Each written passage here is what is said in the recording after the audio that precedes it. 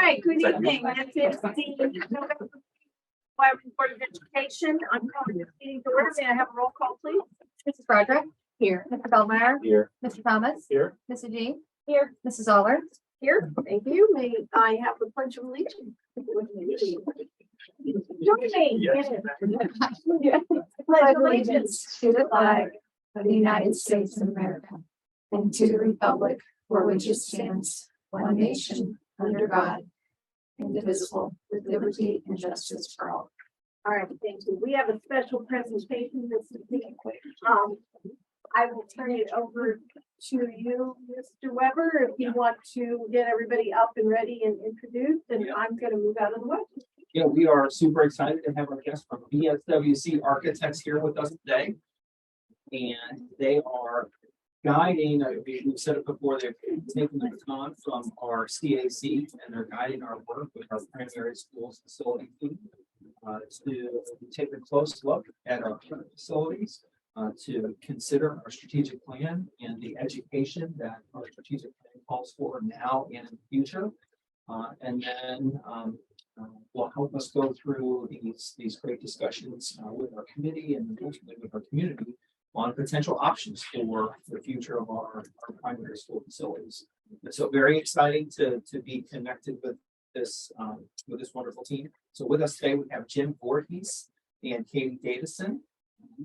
Just the two of you, right? Yes. All right. So if you would like to come on up, we're excited to hear from you today. I think you should be all set up.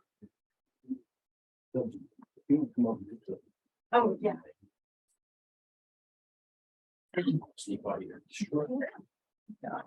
We must have taken something. Well, who needs a binder? Who doesn't have a binder? Oh, You can buy fives. I don't. Extra. Do I have one? no, I have one. I have one. Oh, and I have one I on have the one. other space. Okay. Yeah, I get a binder. Fill in your header. Oh, you feel it, yes. Anybody else? What else is I think he's getting. So two there and then one. We can share. Two over here. Yeah, if you have. Yeah, if you have one. Yeah.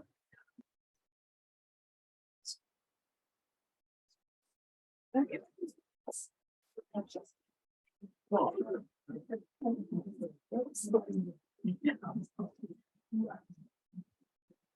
This baby is ready.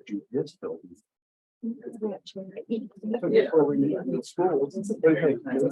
Central office. Maybe that's what you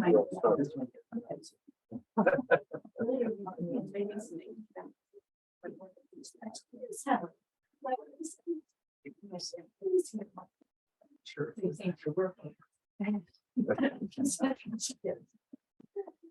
First of all, congratulations on your football. I'm a big football fan, so I just.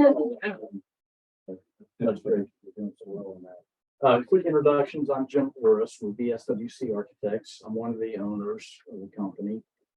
Been doing school projects for over 30 years now. Why don't you introduce yourself, Katie? And I'm Katie Davison. I'm an associate with the firm. I've been designing schools for about 20 years, and I'm the director of interior design. So I'm focused more on how the interior spaces can shape. Yeah. So just a little bit about our firm. We are located in Mason, so we're real close here. We've been in business now for 70 years. I'm second generation architecture firm. Been doing schools all those years. We've done a lot of the schools. Hit the button. We do a lot of the schools in the area. A lot of the projects you probably recognize. We do all of Mason's work. We work at Lakota. We've done a lot of the Cincinnati public work. Reading recently. We do stuff up in Columbus. So that's the main focus of our work. About 90% of our work is the school projects. We do new buildings, renovations, additions, master planning like we're doing for you. And I will say, I think master planning is some of the most enjoyable part of it because it's really starting from no ideas.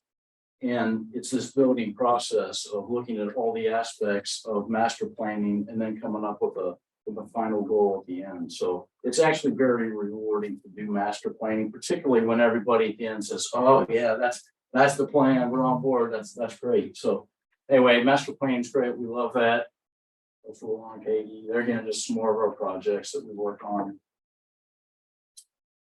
And that's just naming of some of them. So this was what I want to do tonight really is to catch everybody up. Kind of, we've had one meeting so far, one committee meeting. We've had several other meetings with them and Rhonda, but one committee meeting. And so I wanted to kind of fill you in on what we did on that first meeting. We also have a committee meeting tomorrow, which is committee meeting number 2. And I'm going to give you a quick update, a sneak peek of what we're going to do tomorrow. And then finally, we have educational visioning coming up next week, where we're going to have in lots of different people and go through educational visioning. So we'll kind of just go through the agenda there. So you'll kind of have a feel for what we're doing or what we have planned and what's coming in the future. So you'll kind of be informed. If you have questions as we get through, by all means, stop us and ask questions that you need to. Let's go ahead and look through. I'm going to give you. And just to note, all of this is in your Yeah, it's in your binders. binders too. And there again, a lot of the stuff you're seeing was from meeting number 1, and so we're gonna buzz through a lot of it, and I'm going to give you the abbreviated version of meeting number 1. Okay, so this is kind of in general the poster or the thing that we use to come up with master plans, and our feelings is that they come up with a good master plan. You have to look at all the aspects that affect the master plan of education. And so we think it's a real building process. So the goal is, particularly with these binders, is that at each meeting, we're looking at a different aspect of the educational master planning, and we're providing you with data that we can give you.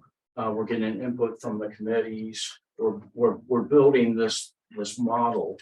And the goal then is, we know when you go to the community, there's going to be questions. There's always questions in and around the community and what you're doing with the schools and that. So our goal is to always give you or arm you with everything you would need. Any question that somebody may ask, we want to have it in this binder that you can open it up and say, well, look here, we did a study on this. Our committee looked at this in depth.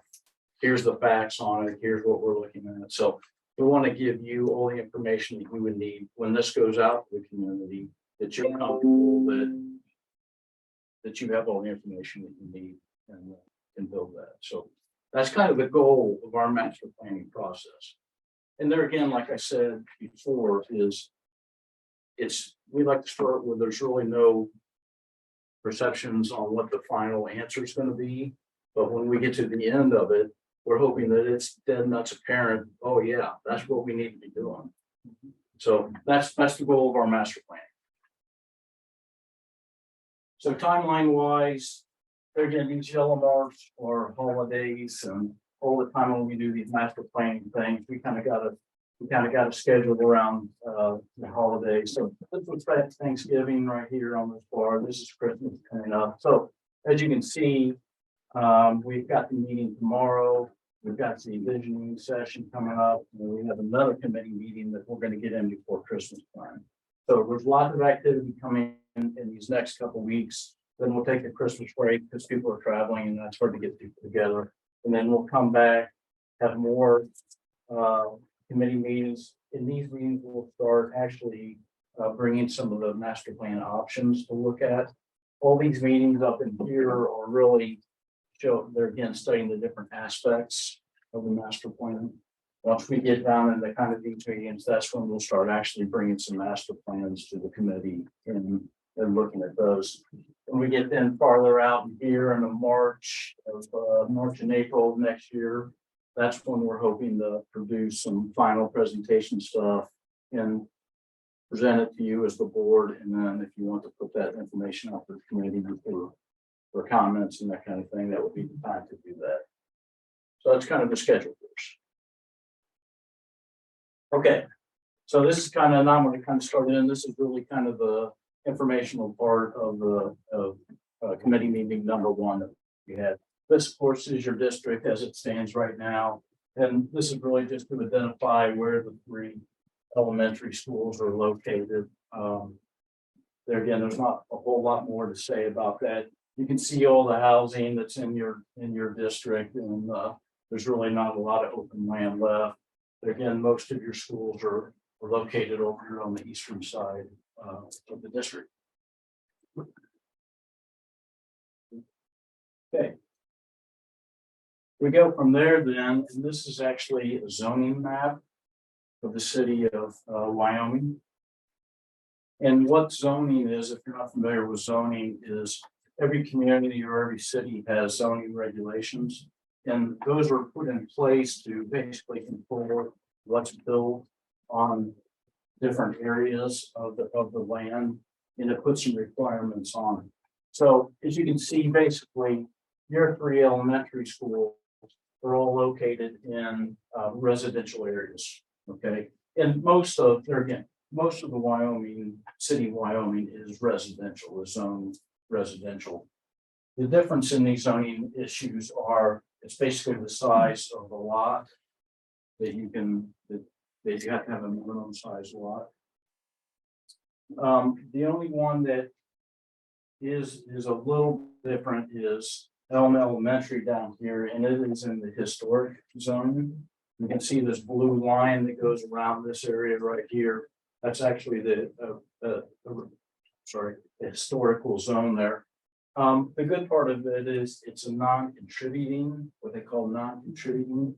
So there are some special regulations in this area, but because it's non-contributing, they're not quite as strict as it would be as if you had a house or something there. So again, just to kind of show you where the different type of zones are in the community. Okay. So one of the first things we did at the first meeting was really to try to educate you on what you have currently. And we kind of feel the best way to let you know what you have is to compare it with other districts or to compare it with the state. So what you're going to see here is a lot of this talk I'm going to be talking about is comparing it to the OFCC. Now, the OFCC is Ohio Facilities Construction Commission. Is anybody, are we familiar with that terminology? Yes. Somewhat? Yes. Okay, great. Okay, so anyway, just real quickly, the OFCC.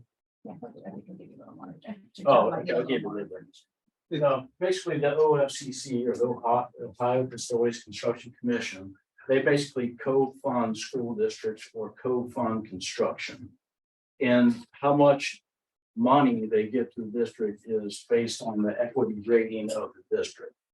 Now, just so you know, you do not have to be a part of the OFCC. It is a voluntary program that schools can either join or choose not to join. Okay.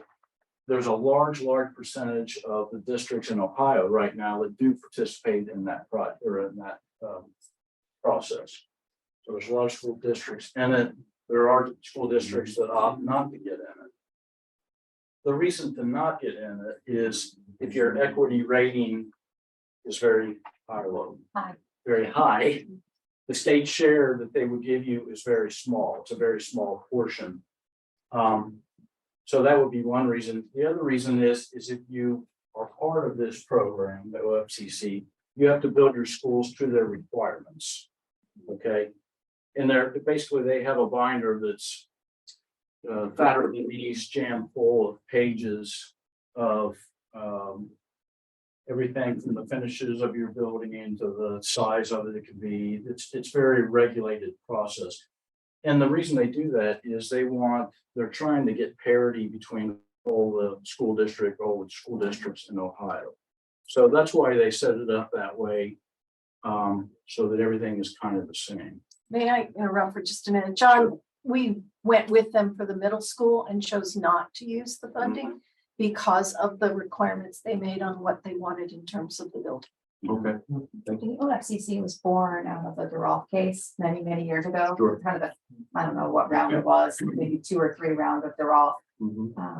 As a response to sort of the school funding mandate in Ohio, aside from the operating cost, one of the original premises of the Durrell case was that, my building isn't up to par in terms of education. And so the state said, okay, one way to attack that is we're going to create the Ohio School Facility Commission that's changed names. And then we're just going to put money into funding schools. Sure. And so for 20, 30, 40 years now, they've been pumping money into schools across the state. And so I'm going to oversimplify this, but the poorer your school district is, the more money you receive to rebuild your new schools. Right. So that's been going on for 35 years or so. Thank you. So anyway, the reason that we go through this is they're a really good thing to compare to, because there are a large amount of schools built in Ohio right now under their guidelines. And so they've kind of become, the OFCC has really kind of become the standard of the state.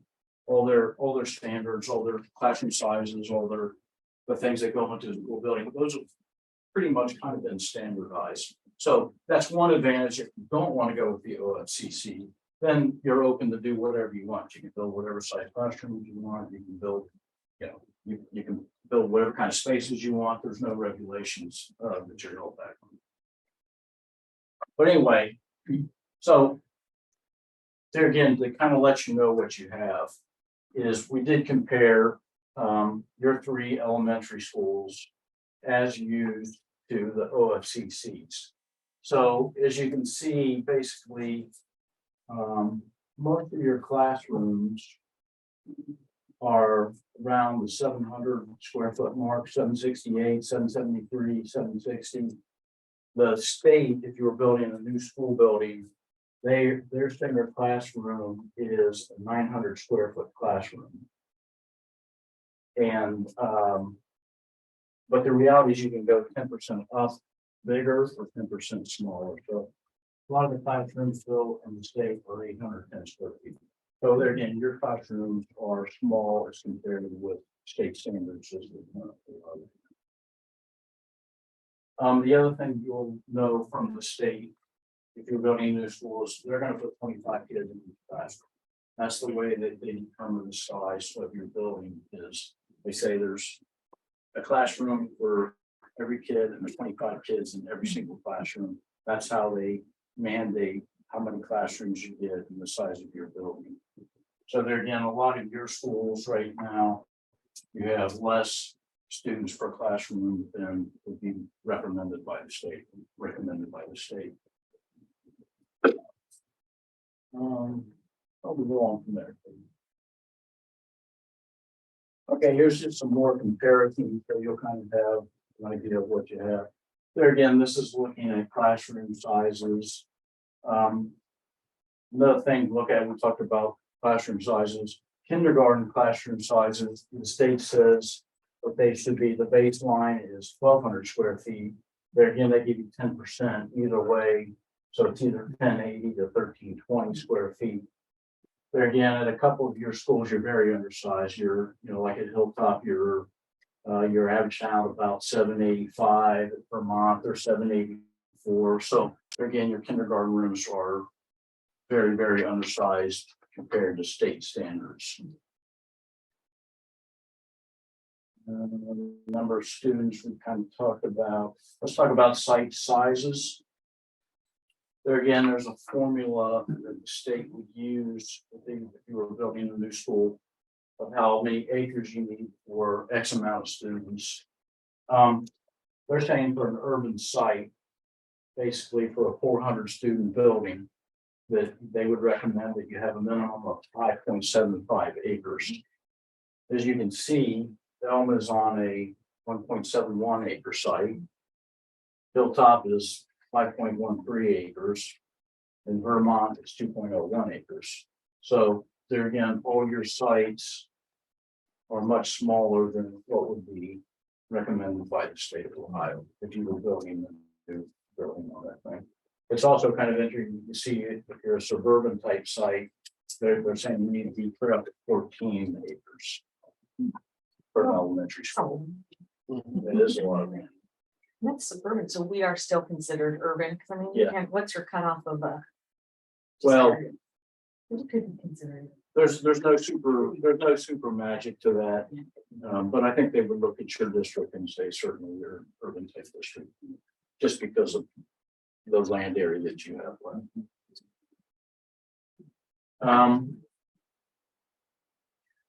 Construction dates on your building, you can see them down here. We're gonna look at those a little bit later on. We'll go through that again. I do want to go through this, though. The state there again, when they come out to look at your building, if you have an older school building, they'll come out and they do an assessment of that building. And what they do is they go and they check the HVAC systems, they look at the condition of the windows, the condition of the roof, the electrical service. They have a long list of things and they'll assess it. And then they'll assign a cost to replace those systems, either upgrade those systems or replace those systems. And their goal, you're doing a renovation, is to bring that building up so it's like a brand new building, or it's reset for the next 30 years. So they'll come out and they'll look at it and they come up with a line item for each repair that they need on that building. And that's a cost to renovate. So then what they do is they take the cost to renovate and they divide it by the cost of a new school building. If that number is less than 66% or greater than 66%, they want you to tear that building down and replace it. Okay. So again, I tell you that because probably if the OFCC came in and did an assessment on your buildings right now, the cost to renovate those buildings or bring those all the way back up to like a new building, you would be probably close to the same where they would want to take those buildings offline and do new building. Okay. Questions on any of that? I don't think any of that data surprises us. It's just interesting to see it. Yeah. Yeah. I think we know that our classrooms are small. I think we know that our sites are small. It's just so interesting to see it all laid out like that. It is Yeah. helpful. Yeah. Okay, so now we kind of jump into the individual buildings. We're gonna look at Elm first. Again, this is just a drawing, different colors show the era when this thing was built. So original building, 1954 was the greenish type area. Addition in 94 and addition in 2000. To kind of let you know how old that building is. Okay, then what we did is we started to look at the actual classrooms and spaces in the buildings. To see what kind of spaces you have, what kind of spaces you need, all this type of thing. So basically we did a color coded thing where you can see all the blue areas are basically the academic core areas, which include any kind of educational space for classroom. Each one of these also has a square footage in it. All the rooms that we have in the buildings have square footages. So if you want to kind of look at those and kind of get a feel for how big some of the spaces are as you go through the buildings. Some of the big things that I'll point out that jumped out at us is kind of the first time we visited is all of your entries are not really a safe and secure type entryway that would be constructed on a new type school building. You know, people basically have to come in here and then they basically have to walk through the corridors and that to get over to the reception and check in at that time too. All the new school buildings that are being built now have a vestibule where you come in and you have to go into a door into the office, sign in, and then you're released through another door and then out into the school. So it gives you a level of safety, which again is a big thing in today's school construction. So that's one big thing you see. The other thing that you're going to see in all your buildings is that you're very shy on storage space. I mean, there's just really no storage in the buildings. You're very shy on specials. Most of the buildings don't have art rooms. They don't have music rooms. They don't have gyms in them. I mean, we have a combination gym and multi-use room except for Hilltop Worship. But those are some of the big things that we see as we look at the buildings and just some general thoughts and things that jump out right away. Okay, I'm not going to go through these. There's lots of these cards, so you want to take this home and look at them. But what we've done there again, if you can see, I call them over here. This is the OFCC recommendations. So there again, if you were building a new elementary for 200 students, which is close to the size of several of yours, they would recommend that you put in these spaces here. And then what we've done is this is your existing building over here, so you can kind of compare what you had to what would be required by the state of Ohio if you were going to build a new school. Couple other things I'll let you know. State of Ohio, the OFCC would not build a 200 student building now.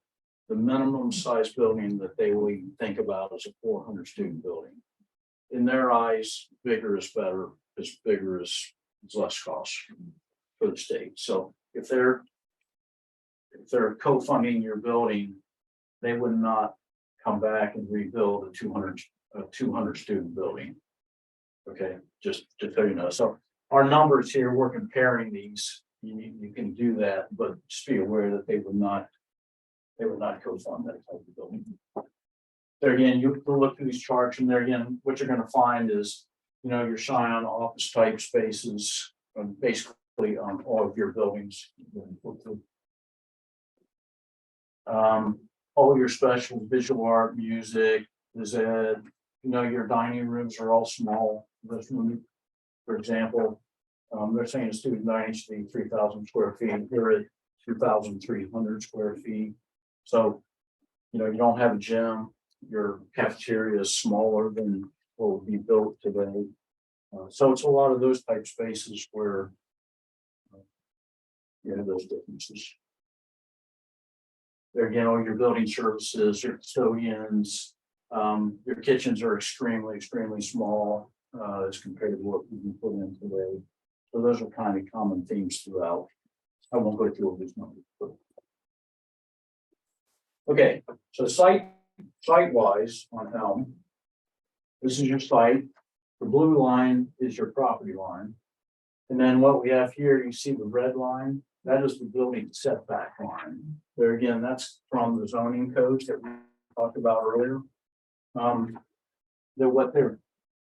again, the zoning codes are trying to set up and protect your neighbors, so that you don't build right to the property line or build clear out to the street or something like that. So there's setback lines that are required by the zoning code, and you can see those. So as you can see with Elm, there's really not a lot of room, if any, to do any kind of expansion on the building. You've got the playground on this side of the building, a little bit of parking lot, got some play area back here, and then basically the building is pretty much, this is already over the setback line a little bit, the addition put out there. So just to show you that, not a lot of space for addition. Okay. This one is a topography map. So what you see here is every one of these lines that you see here, these all represent a 1 foot drop in the elevation of your site. So we show this just because, as you can see, in the tighter the lines are, that means the steeper that the slope would be coming off of the building. The farther the lines go apart, that means your ground would be flatter ground.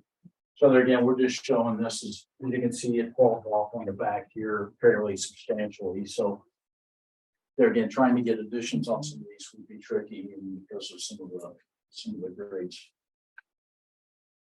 Yep. This is next one, we're built top of course.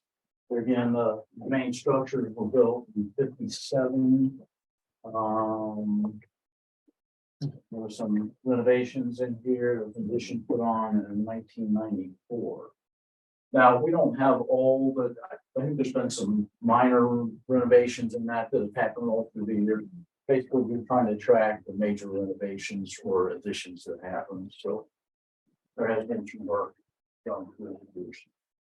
The biggest, again, I think everybody knows, the biggest issue with Hilltop, of course, is accessibility. It's number one.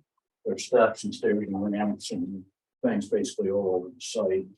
And number two, probably the security and just keeping track of students and teachers and collaboration and all those things are really big issues with this particular school. Same thing here. I won't go through the numbers. But there again, they're all very similar, all three buildings are very similar, what they lack. This is the site plan for Hilltop. There again, as you can see, this one, you look at this, the property line there again is blue. Red is the building setback line, and you're like, oh, well, there's pretty much room, let's just head on. Okay, go to the next slide.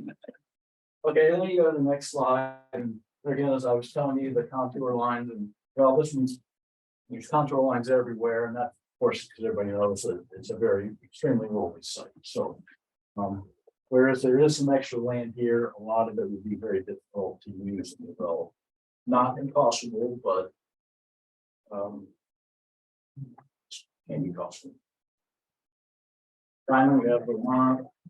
There again, it was original building in 51, additions in 55, 60, and 94. I have the same layout, I have the same issue with the safe and secure entryway, wagon storage. I have all those things.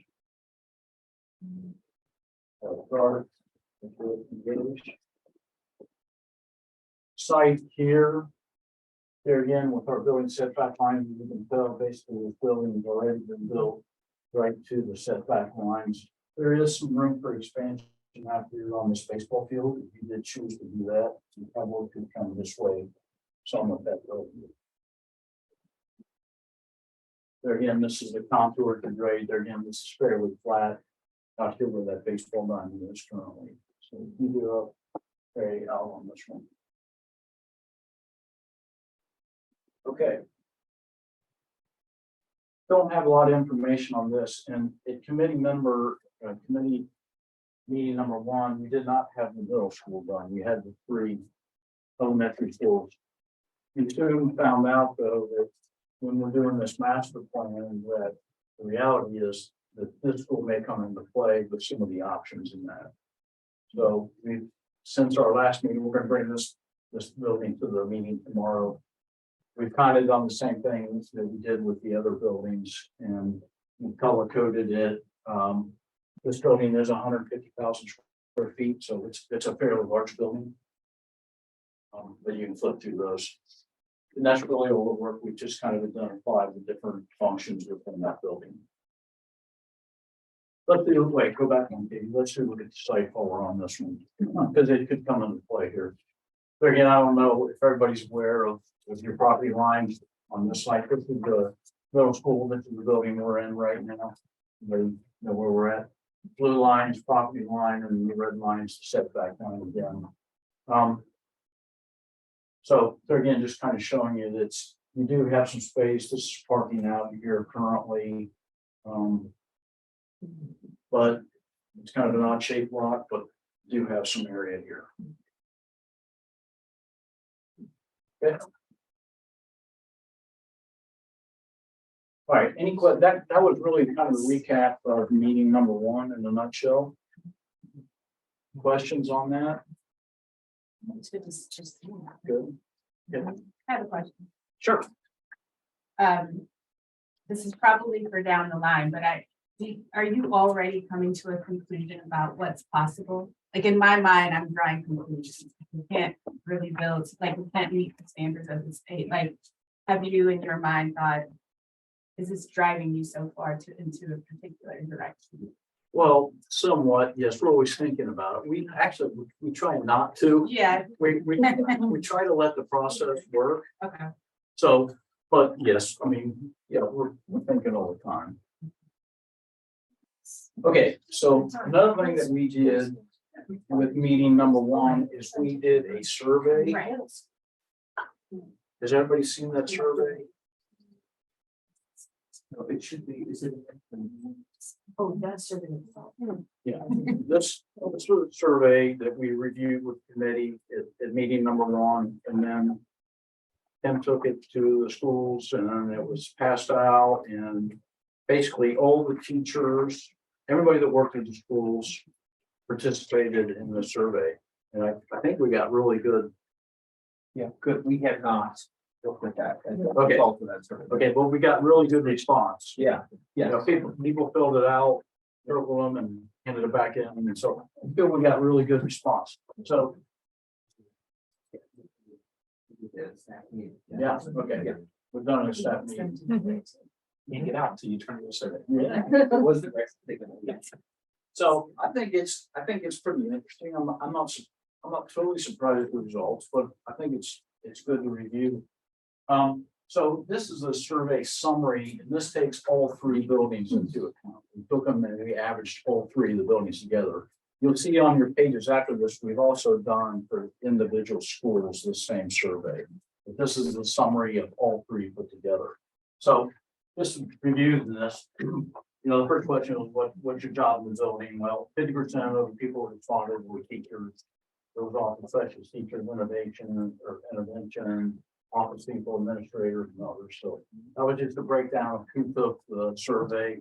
You're going to see there's a percentage, so this means 50% of the people took the survey, and this is actually the number. So we got 27 responses from the teachers.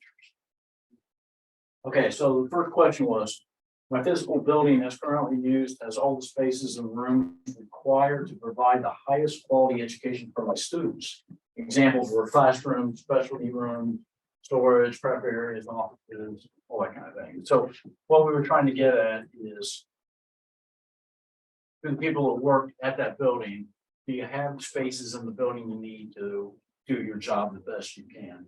And unfortunately, as you can see, basically, number one got 50% of the vote, and that means it does not support. So the scale went does not support over here to strongly supports. So the reality is the majority of the people, as you can see, says that you don't have the right spaces to do the work in the school. Okay, second question was, the current number of students attending my school is ideal for providing the best education for the students. There again, pretty well spread out, probably a little more majority over in this way that says strongly disagree. So they're saying that the size of the school, or the number of students going to that school is not ideal. So I'm guessing the thing that was probably predicated on the schools being overcrowded. Yeah, I think space, the amount of space within a given room probably impacts that answer. Yeah. Not necessarily the number of students, but the room that's in that space Yeah. based on the size and number of students, right? Yeah. Okay, next question was, I could be more efficient at my job if I had more same grade level teachers in my building to team with, share ideas, and collaborate with. There again, extremely small in support of that they would like more teachers in the same grade level in the same buildings. So I gotta admit, I was kind of surprised how strong it came out. But that was very strong. Okay, next one was, does the space or room you currently work in support your ability to do your job efficiently and effectively? So the examples were the room size, lighting, HVAC. That's a question on the last one. Sure. So when you say in my building, Hilltop, I don't know exactly where all the grades are. That's the one where there's different buildings in theory versus Elm or Vermont. So we interpret that for Elm or Vermont to say they might have more than one person who's also teaching their grade, that they would think about having 4 or 5 of them being better than one other. Is that the way to think about that? I think. Yeah, yeah, In my mind, because even at Hilton, yeah. you and I would still be the fourth grade teachers somewhere. I mean, Yeah. we would still be. Yeah. I'm thinking in Hilltop, you might not be in the same literal building, but all the others you are. There's only one other teacher. You teach a great grade. So they're saying instead of one other, I would benefit from having 3 or 4 others. Yeah. That's the way to interpret that.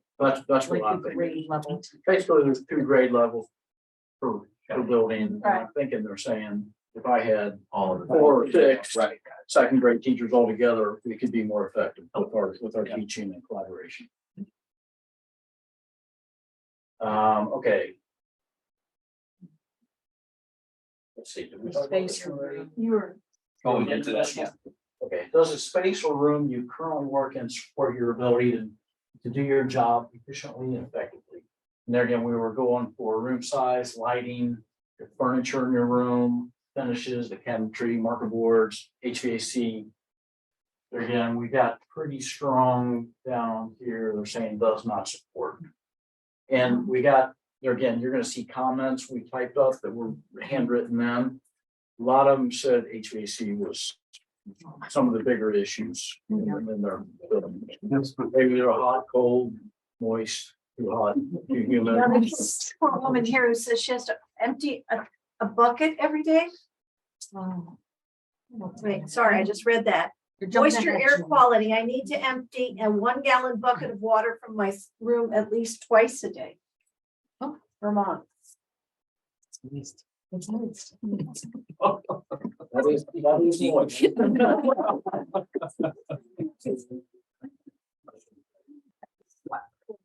Okay, my feeling, my students and I feel safe in our current building. There again, I'm kind of surprised at this answer. I thought that everybody would not feel safe because there's not safe and secure entryways. Particularly like Hilltop, there's all the buildings around. I was very surprised. I thought we would be very strong where people did not feel safe in the buildings, but actually it's fairly well contributed. So people are fairly comfortable in your buildings, which is really good. Okay, lastly, the overall aesthetics, your building are inviting and promote an exciting place to learn and work from itself. Where again, most of the people say they disagree with that statement. That's not higher. So anyway, that's kind of it in a nutshell. You can take those home and review those. There's ones for each one of the 3 schools. But me looking through them, they all very, very similar. I didn't see big differences in between the 3 buildings. And this pretty much summarizes, I think, the results of that. So I think it's all kind of interesting. I always think it's good to get input from people that are actually working in the spaces and using the building. Instead of architects or people from the outside trying to tell you what you need and how to use your space. Okay. Great. 6 o'clock. Okay. So this is now the start, quick shot of what we're going to do tomorrow's meeting, just to give you a little heads up. Tomorrow's meeting, we're looking at enrollments, demographics, and then ideal grade configurations. So the topic of tomorrow's meeting. So the first thing we're going to go through is this is just some general information that I think is helpful.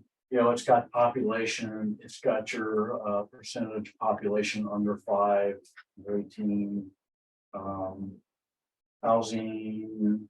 Let's see what I can hear this.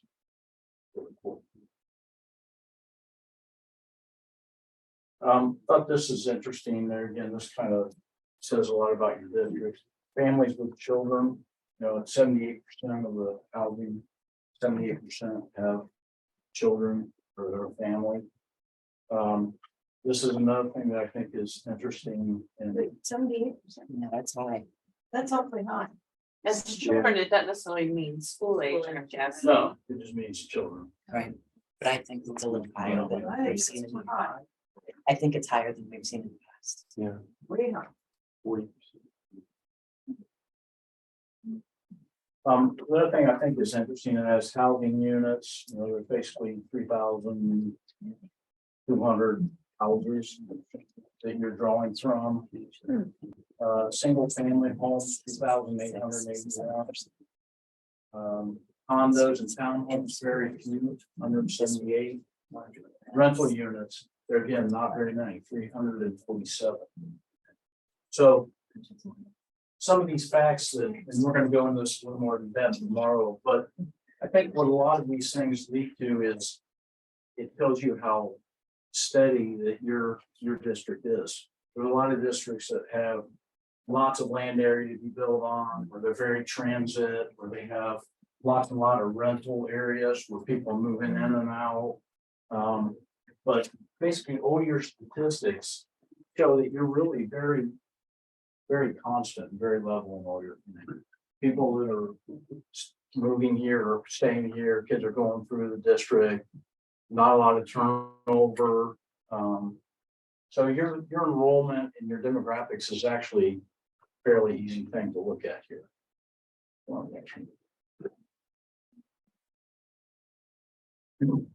This is just, there again, kind of the eyeball. So what this shows is, there again, you remember the zoning map that we looked at? 10 years. So there's higher density areas within your district. And why I said with higher density is because those by zoning can have smaller yards. Okay, so you get more houses per acre or more houses per unit on it. So all the dark blue areas are the residences with the smallest yards. So they're closer together, more people are located in these darker areas.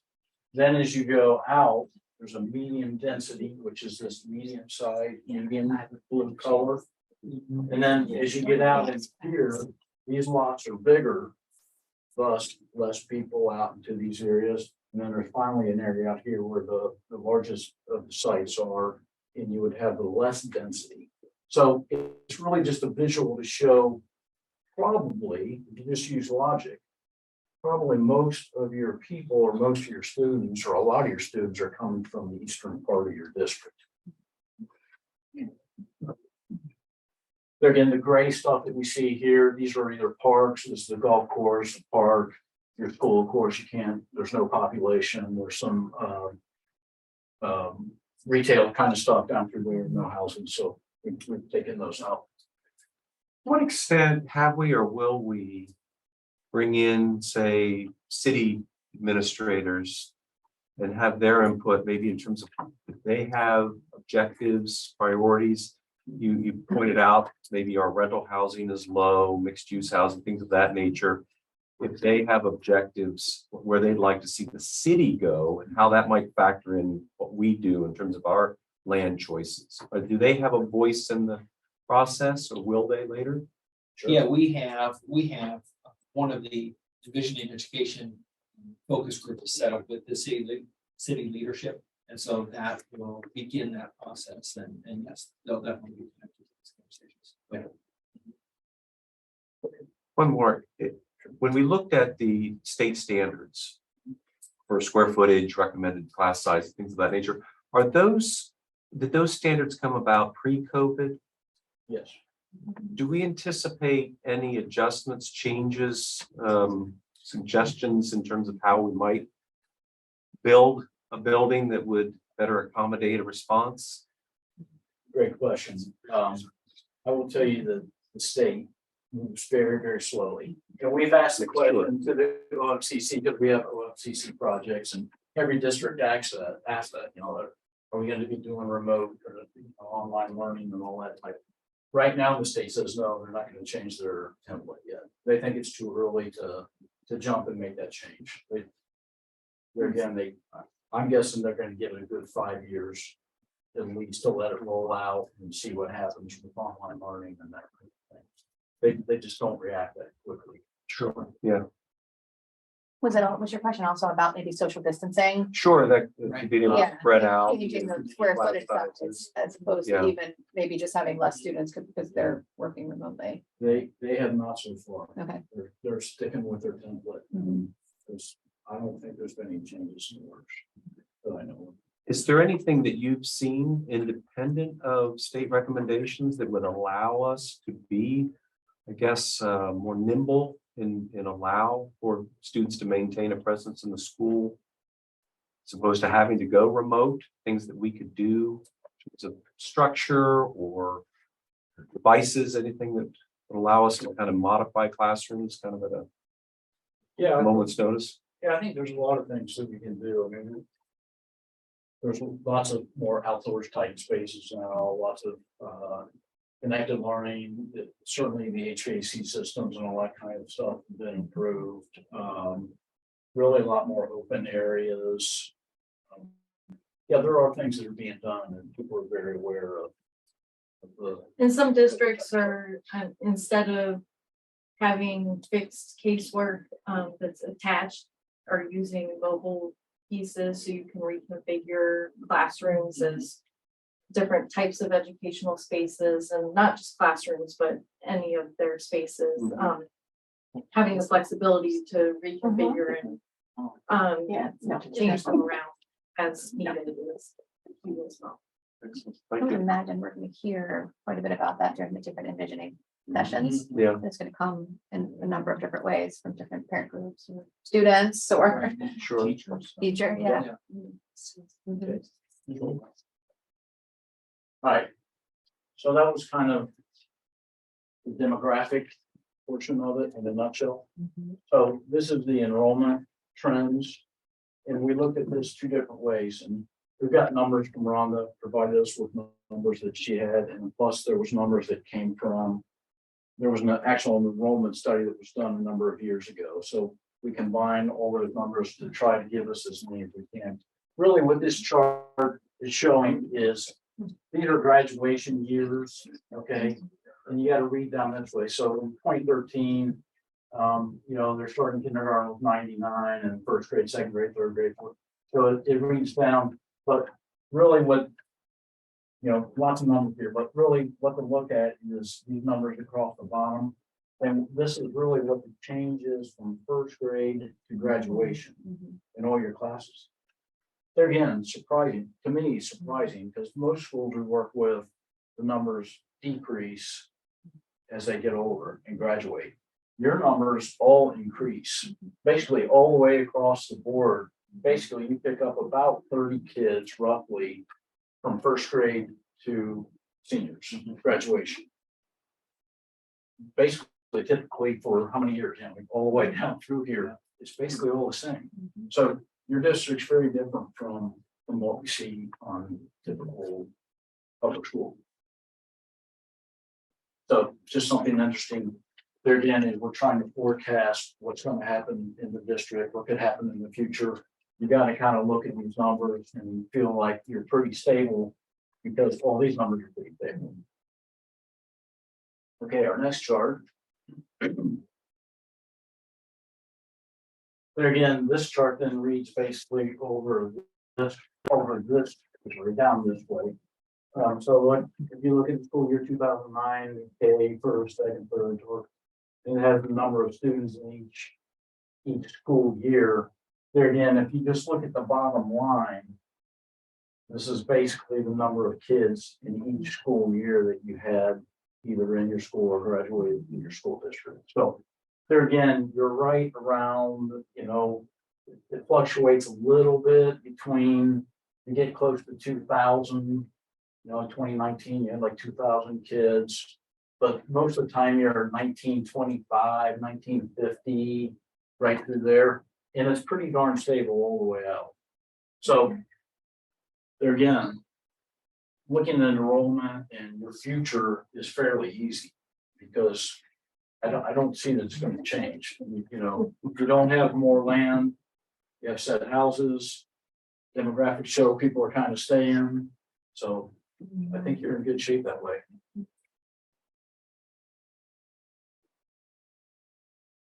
Okay, the last thing that we're going to do at tomorrow's meeting, and a big part of that meeting is we want to look at grade configurations.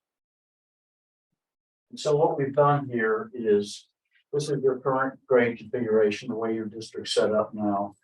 And then we have 5 other possible grade configurations. And then I'd like you to look at these and make sure that you are liking these before we roll these out. But anyway, we have those, and then what we do is we look at all the things that are affected by the grade configurations. And what we want to do then is we're as a group, as a committee, we're going to give each one of those kind of a score of how they are, and then we're going to come with, these are all going to line and add as they come down, and then there's going to be basically a score at the bottom. And I think it helps, and what we've done is we've broken these down into, these are all the things that we feel affect students. These are things that affect educators or teachers. These are physical costs that I'm just interested in, and then we have others over here. So what I love about the way you do this is, I mean, you'll give us 5 to start with tomorrow, but Yep. you know, in my experience, you know, the conversation will drive what that looks like at the end of the day. Yeah. I mean, we may have incredible dialogue and we may scrap those 5 and get 5 new ones Right. by the end of the day, Yeah. which is what I love about how this works. To your point, Toya, like, I mean, you kind of got to start somewhere. You know, you can't just throw, you know, a bunch of chart papers on the wall and say, okay, what do you guys want to do? You kind of have to start somewhere. And I love this framework. But I'm super excited to see how the committee works through these choices and how that starts to take shape, because I do think that, you know, the process is proven that good solutions will rise to the top. Yeah. Right, through community voice, and so I'm excited about it.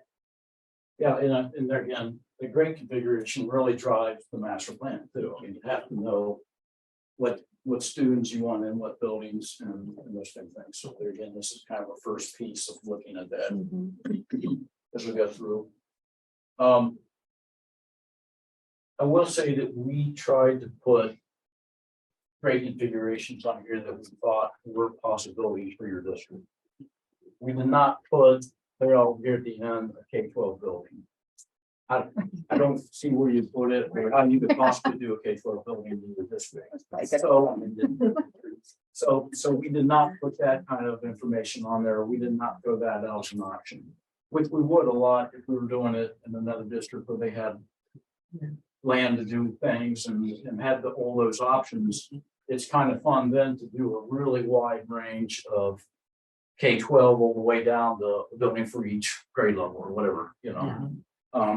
So anyway, we've tried to zero in on what we think is a possibility for your district, feasible, and then move on back. So that's tomorrow, and that's going to be interesting how that comes out. Okay, my last thing I'll get to is this is kind of the outline for our educational visioning that we talked about. These are the big meetings that we have kind of all day with the different groups. Which is next week. We get next week. We've got to practice that but we're going to run through and make sure we have all our ducks in a row. So we're doing the right thing. But the reality is what we want to do is we're going to do a real quick introduction. Tim's going to talk about the strategic plan that's already been put in place by the district, so people have an understanding of that. I'm going to talk a little bit about some of the general information that I just kind of went through with you all. Spend about 5 minutes on that, some general facts, maybe some of the comparison things, high level stuff. We're again going to talk about goals for the educational visioning. You know, what do we want to get out of this? What do we want to get out of this committee? What do we want to get out of this meeting? Then we have a video, and you all might want to go home and you can pull this up on YouTube and you can look at this. It says, the name of it is Did You Know Video. And it's a 4-minute video and it rolls really fast. But what it does is it's showing how fast the world is changing. You know, it goes through all different things. It goes through technology. It shows how fast, you know, how computer systems have progressed. I mean, it just goes through all different things. And what it's pointing out, it really makes you think is, hey, the world is really changing. And the way that we need to educate our students, we need to be looking at that. We need to educate our students to be prepared for the changes in the world and to keep up with what's happening. So it's a really neat little video just to really get you thinking. You might want to go home and pull it up and look at it. It's really interesting. So we'll do that.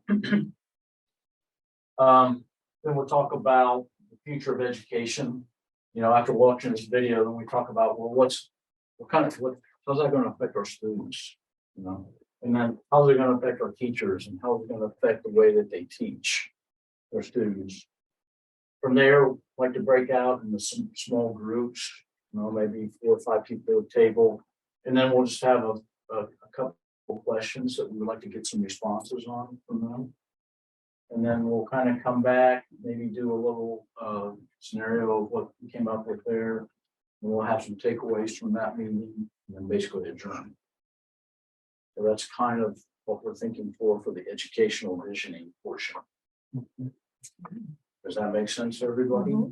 The blocks list 90 minutes of time with some time in between each one. The overall time said 55 minutes. Right. What you define. I love that gives you space and time to iterate and regroup and all that. Is there any way that the 20 minutes can be expanded to be a little bit more than 1/3 of the time? For the questions, we remember. The people will be talking with each other for 20 minutes. Oh, this is the portion right here? Absolutely. I don't have a voice to say that's what it should be. I'm not even on the committee. I was just curious about if you have time available, how might they get to that? You might find as you get into it that it's not necessary or that it is, but it feels like you have time to expand it. Yeah. That's true. What happened, I think. Oh, right. Yeah. This is the last. At the screen. I think we're done anyway.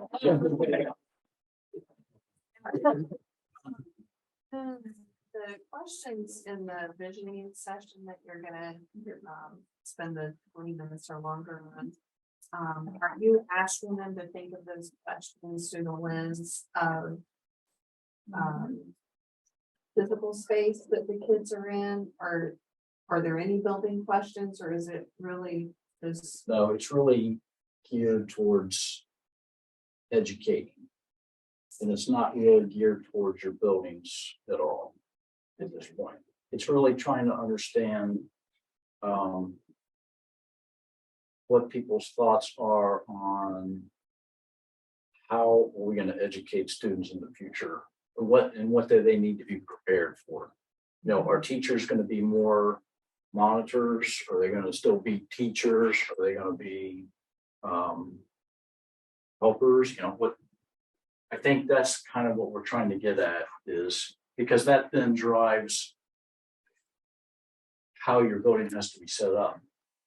You know, I think you have to understand how you want to educate, and then you have to design the building to that, so that the building functions to support your educational theories or how you want to do that.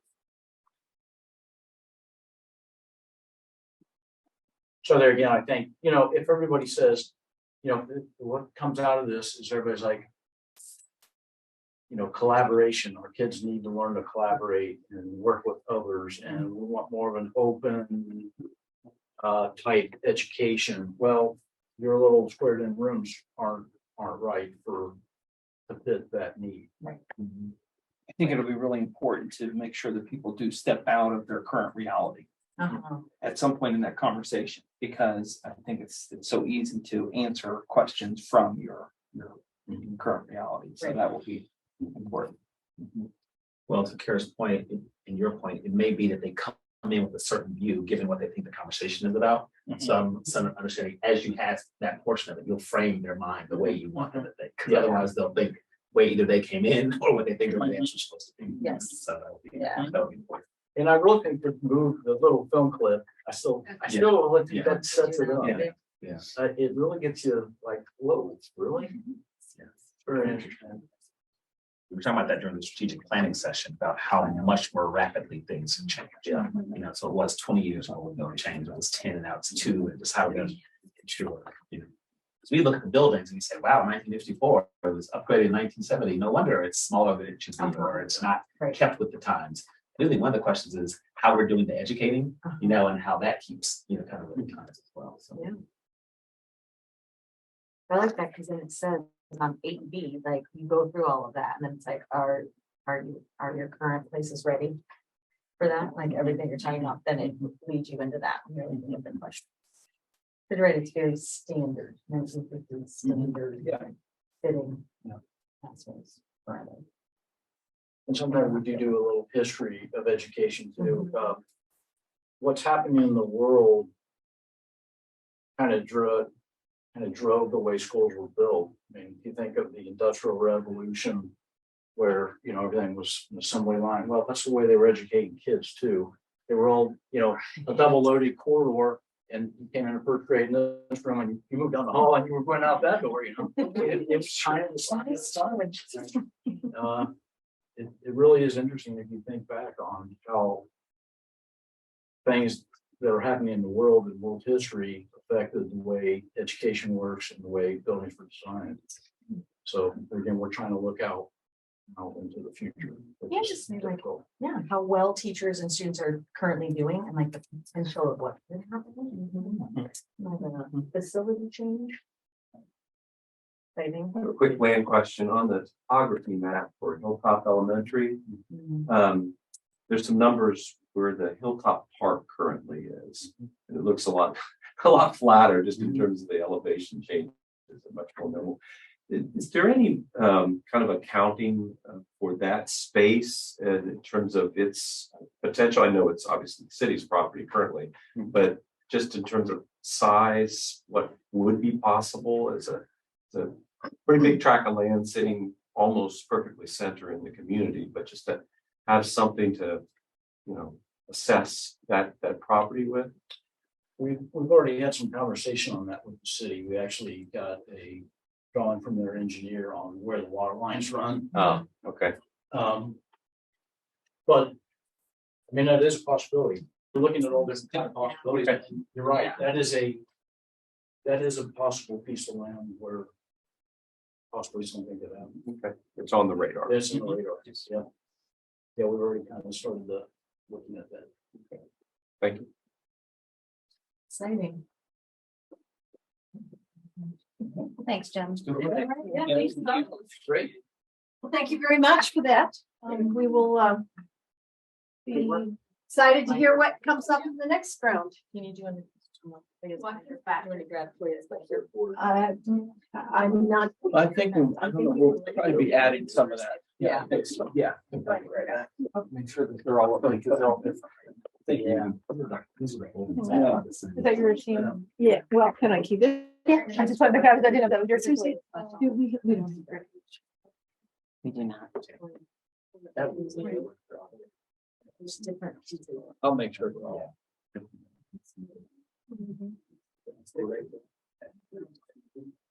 right, so we do not have any recognition of the public. So I'm going to move on to the next presentation because we do have for a long year. Who's going to bring us up to date. I remind everyone she is our representative on the school board at Scarlet. I'm sorry, Great Oaks. I always want to call it just Scarlet. I've written down my notes. Still in November. Yes. A little more background on who I am. Toya Wall, really great to be here. That was an exciting presentation. I served on the CAC Philippines Committee and everyone on the committee. So looking forward to talking to you tomorrow and really caught up. I missed it. But okay, so I've been in a Wyoming resident for about 2.5 years. I live on Ritchie with my partner and my soon-to-be 5-year-old. She's not a part of the district yet, but we are gearing up for February to enroll. It's exciting. We're like really getting it pumped about like the kindergarten phase of her life. So I am on my second term of the Community Advisory Committee for Wyoming City Schools, and it's been a really great experience. I'm serving on the gifted services study this year, which I knew nothing about going in, but I'm really excited to engage in that work as well. And then professionally, I work in education grant making. So I work with well-resourced organizations, so nonprofits, foundations, and I help them strategically deploy their charitable resources toward education-related initiatives. So very much in the realm of what we all do here. But I'm here today because I serve as a member of the board of directors for Great Oaks Career Campuses. I'm about 4 months into my 3-year term. It's a public school district offering career and technical training for both high school students and adults. We have 4 campuses as well as programs in over 25 area schools. And annually, we serve thousands of high school students preparing for careers in college, as well as adults seeking training and certification to begin a new career or advance in their current one. We have 36 affiliate school districts, Wyoming obviously being one. And tonight I'm going to just provide a brief update. I won't be very long. The first thing on my list is Great Oaks President and CEO Harry Snyder. He recently presented on his 2022-23 strategies to fulfill the responsibilities outlined in the Ohio Standards of Superintendents. There were 3 key strategic areas of focus that Harry outlined for the district, and I wanted to share those tonight because I think they'll sound very familiar because they're not a far cry from our strategic priorities, and I think it's really great to be able to kind of draw those connections. So the first strategy focuses on student achievement and exceptional engagement. This means affirming that every student's journey is unique, and through purposeful engagement, we can forge educational and career paths that lead to student success. So I think a lot about our focus on that personalized learning. The second strategy focuses on exceptional culture and exceptional collaboration. This means fostering a collaborative culture that recognizes and celebrates each person's ability to contribute to an exceptional educational experience. And then finally, the third strategy focuses on safety and facilities. This means ensuring safe, best-in-class learning environments that provide the latest educational tools and technology to enhance the potential of each student. We heard a little bit about that tonight in our, as we were listening to the architects.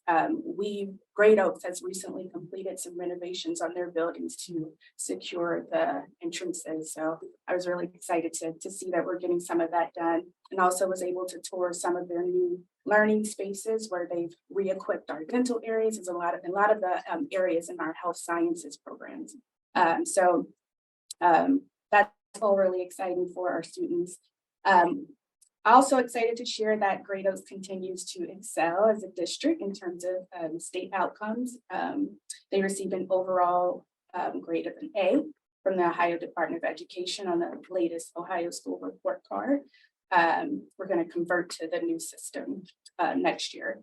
More specifically, we received a B in achievement, an A in graduation rates, A in career post-secondary readiness, and an A in post-program outcomes. So I think it's really a testament to all of the hard work and dedication of the staff and students there, and teachers, and all of the affiliate school districts that come together. In terms of enrollment for the 22-23 school year, Great Oaks started out our school year at approximately 2,882 students. Almost 1,700 of those students are juniors entering into one of the 4 campuses. That's nearly an 11% increase compared to the number of juniors that entered Great Oaks campuses in 2018. As many of you probably know, Wyoming, we historically make up a pretty small share of Great Oaks students, approximately 3.5% to 4% of total 11th grade enrollment. That's been pretty consistent over the last several years. That's like 5-6 students that are actually on campus. And some of the top career tracks in terms of enrollment are in the health sciences field and in the information technology fields. And then finally, we have a new application process that is being implemented for the 23-24 school year. The 23-24 career catalog is now available for prospective students and their families. Recently, career specialists from all of our 4 campuses began visiting all of the affiliate schools to make presentations and distribute catalogs. I think has it already happened?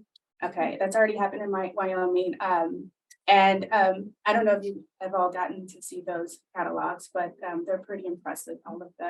All of the opportunities that are listed there. I serve on the Human Resources Committee, and I'm always really impressed with all of the extracurricular activities that are offered for the students, all of the employer partnerships that they manage to engage with every month, and lots of opportunities for students who have different needs, like students with intellectual and different physical abilities. So yeah, that's my recap. I couldn't be more thrilled and continuing to work with them. I'm learning a lot. It dovetails a lot with some of the work that I do on the career and technical side professionally. So that's my update. Great, thank you very much, Leah. I really appreciate it. Does that sound like the update you typically get from That's great. Yeah. Yeah. Wondering what's the next. Well, you're very right. We traditionally don't send large numbers. Yeah. So it's nice to know what they are offering and what is available and how successful they are. We had a meeting where we pulled together a bunch of folks at Wyoming to just talk about like that relationship between the Wyoming district and Great Oaks and some of the positive things, some of the challenges. And I think one of the big goals coming out of that meeting was just to establish a more regular meeting cadence, which I think we've been able to do. So. And let us know, we're trying to make sure we're letting our students know early on what opportunities are available so they can take advantage of them when the time is right. Someone serving on the gifted services study with me, I'm going to forget his name, but he very interested in Great Oaks and internship opportunities. Just how do you leverage their employer connections for students, gifted students here at Wyoming? So I think that's a really interesting connection. I was stopped by someone just randomly. They didn't know that I was still on the school board. But we were just having a conversation. I was like, "Are you still on the school board?" I'm like, "Well, I don't know if I can tell you." And he was saying that his son, who did very well in Wyoming district, I think is maybe going there full time, primarily there. And he just talked about the experience for his son, who probably isn't a college track person. I'm not saying that everyone who goes there is, but just the different experience that he has there, and just the benefit for him. And it is a fit for his child. He has 3. 2 of them finished here, and 1 of them was there. And it worked out, because they were different from each other.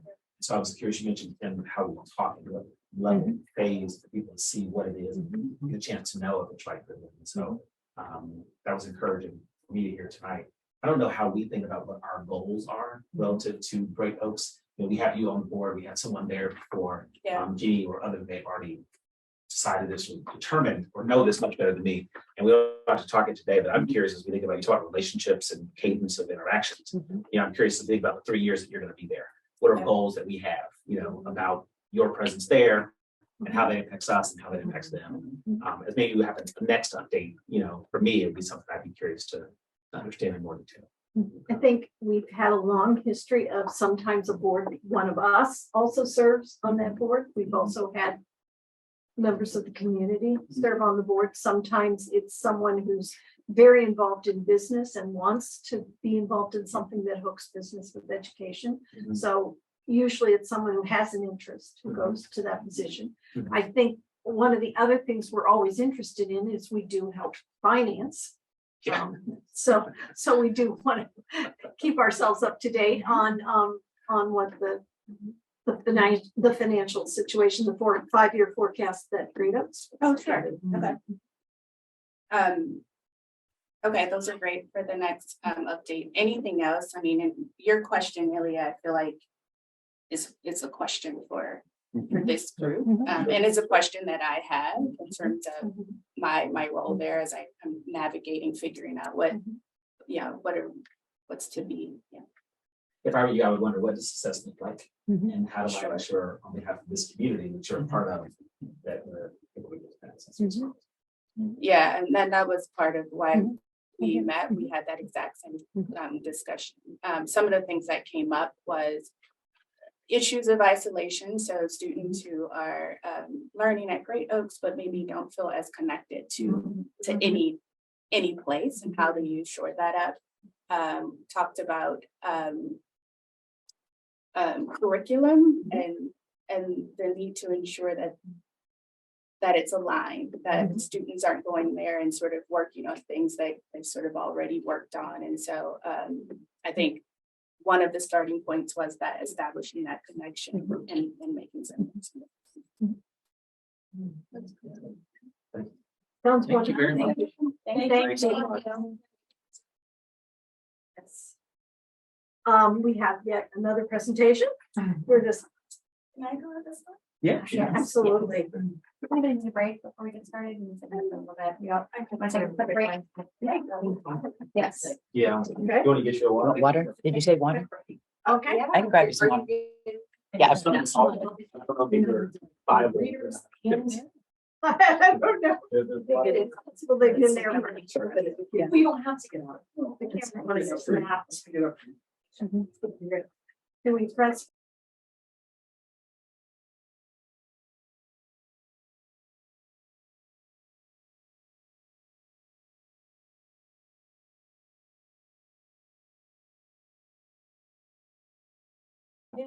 And those are complete. Right, I think we'll move on then Feedback on.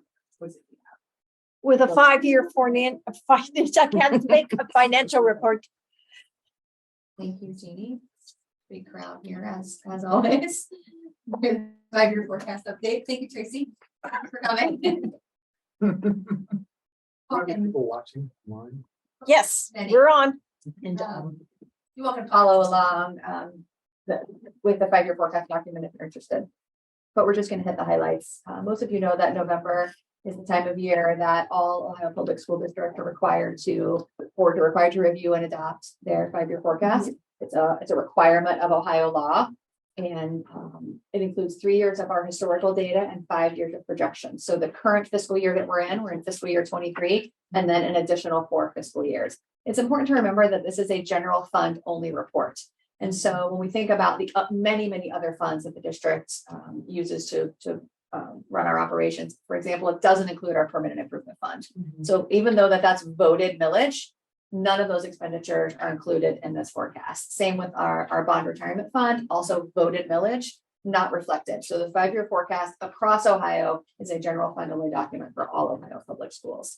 Again, important to remember that we are forecasting a reliable trend, and that's always challenging under normal circumstances. But coming out of the pandemic, it's continued to be more and more difficult.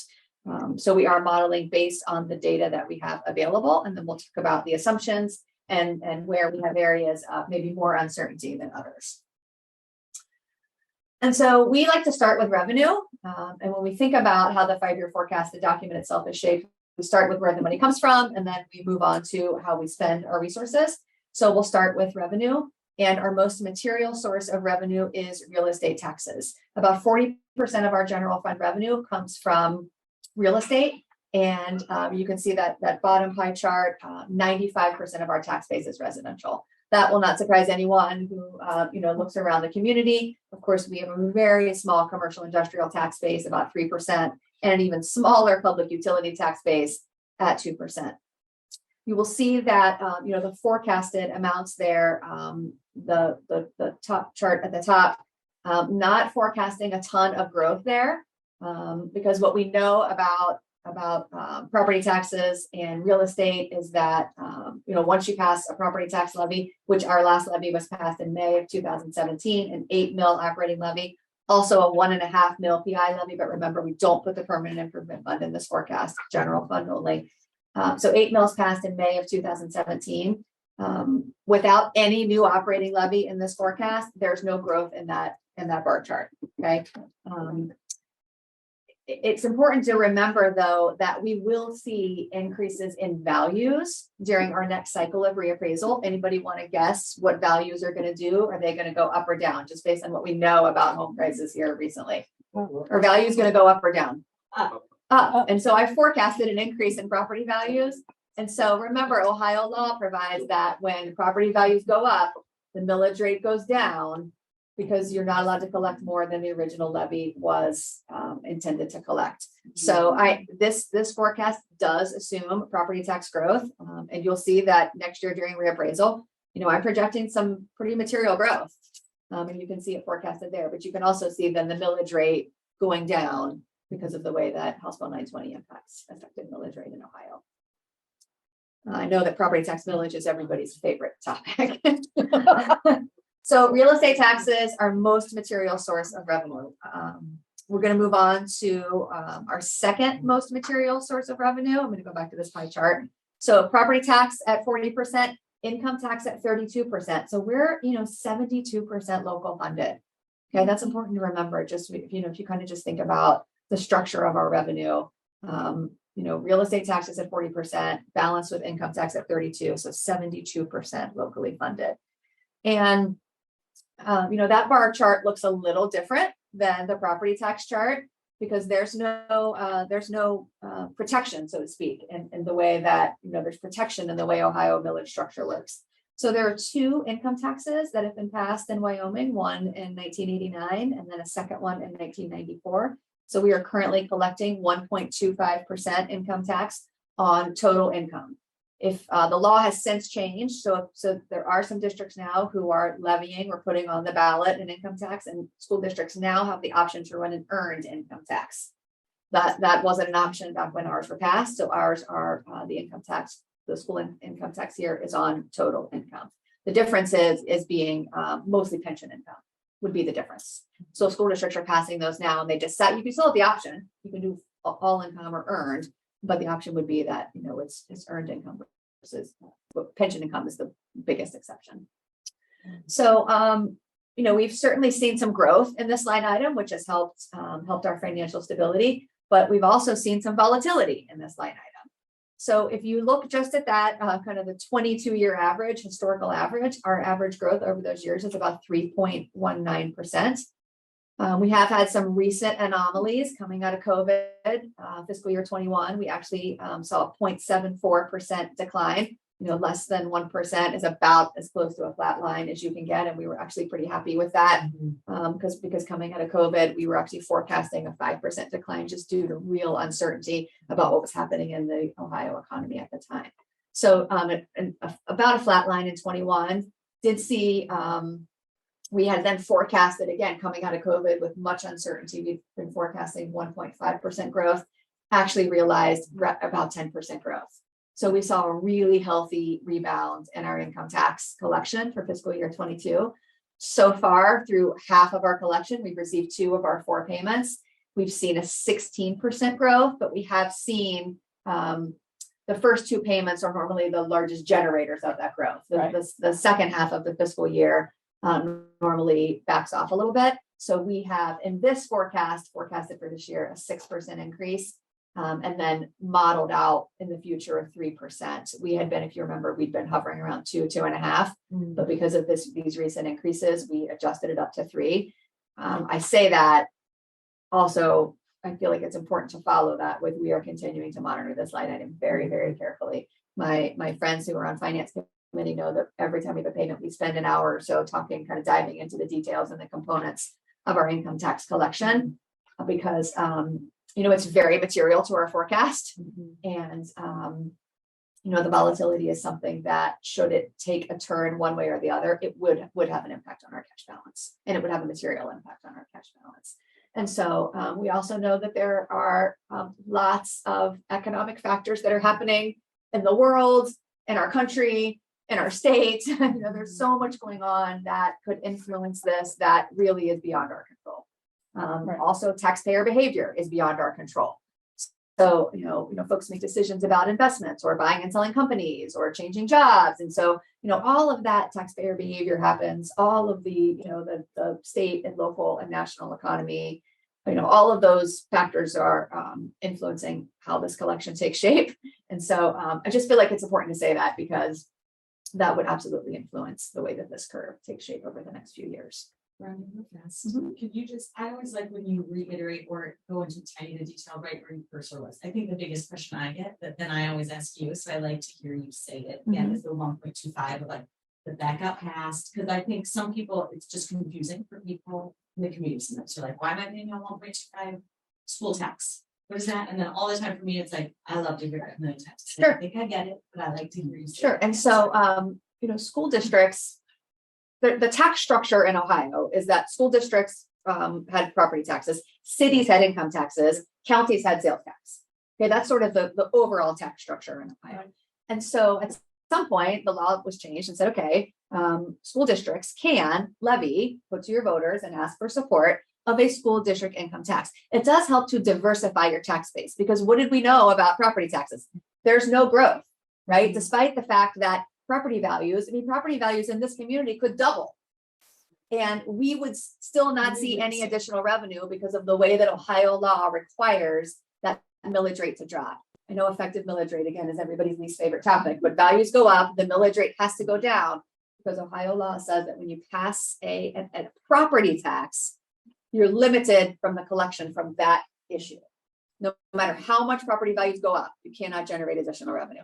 So I think it was fairly wise for the board back in 89 and again in 94 to say, what, it would be helpful for our revenue structure to maybe diversify our revenue stream.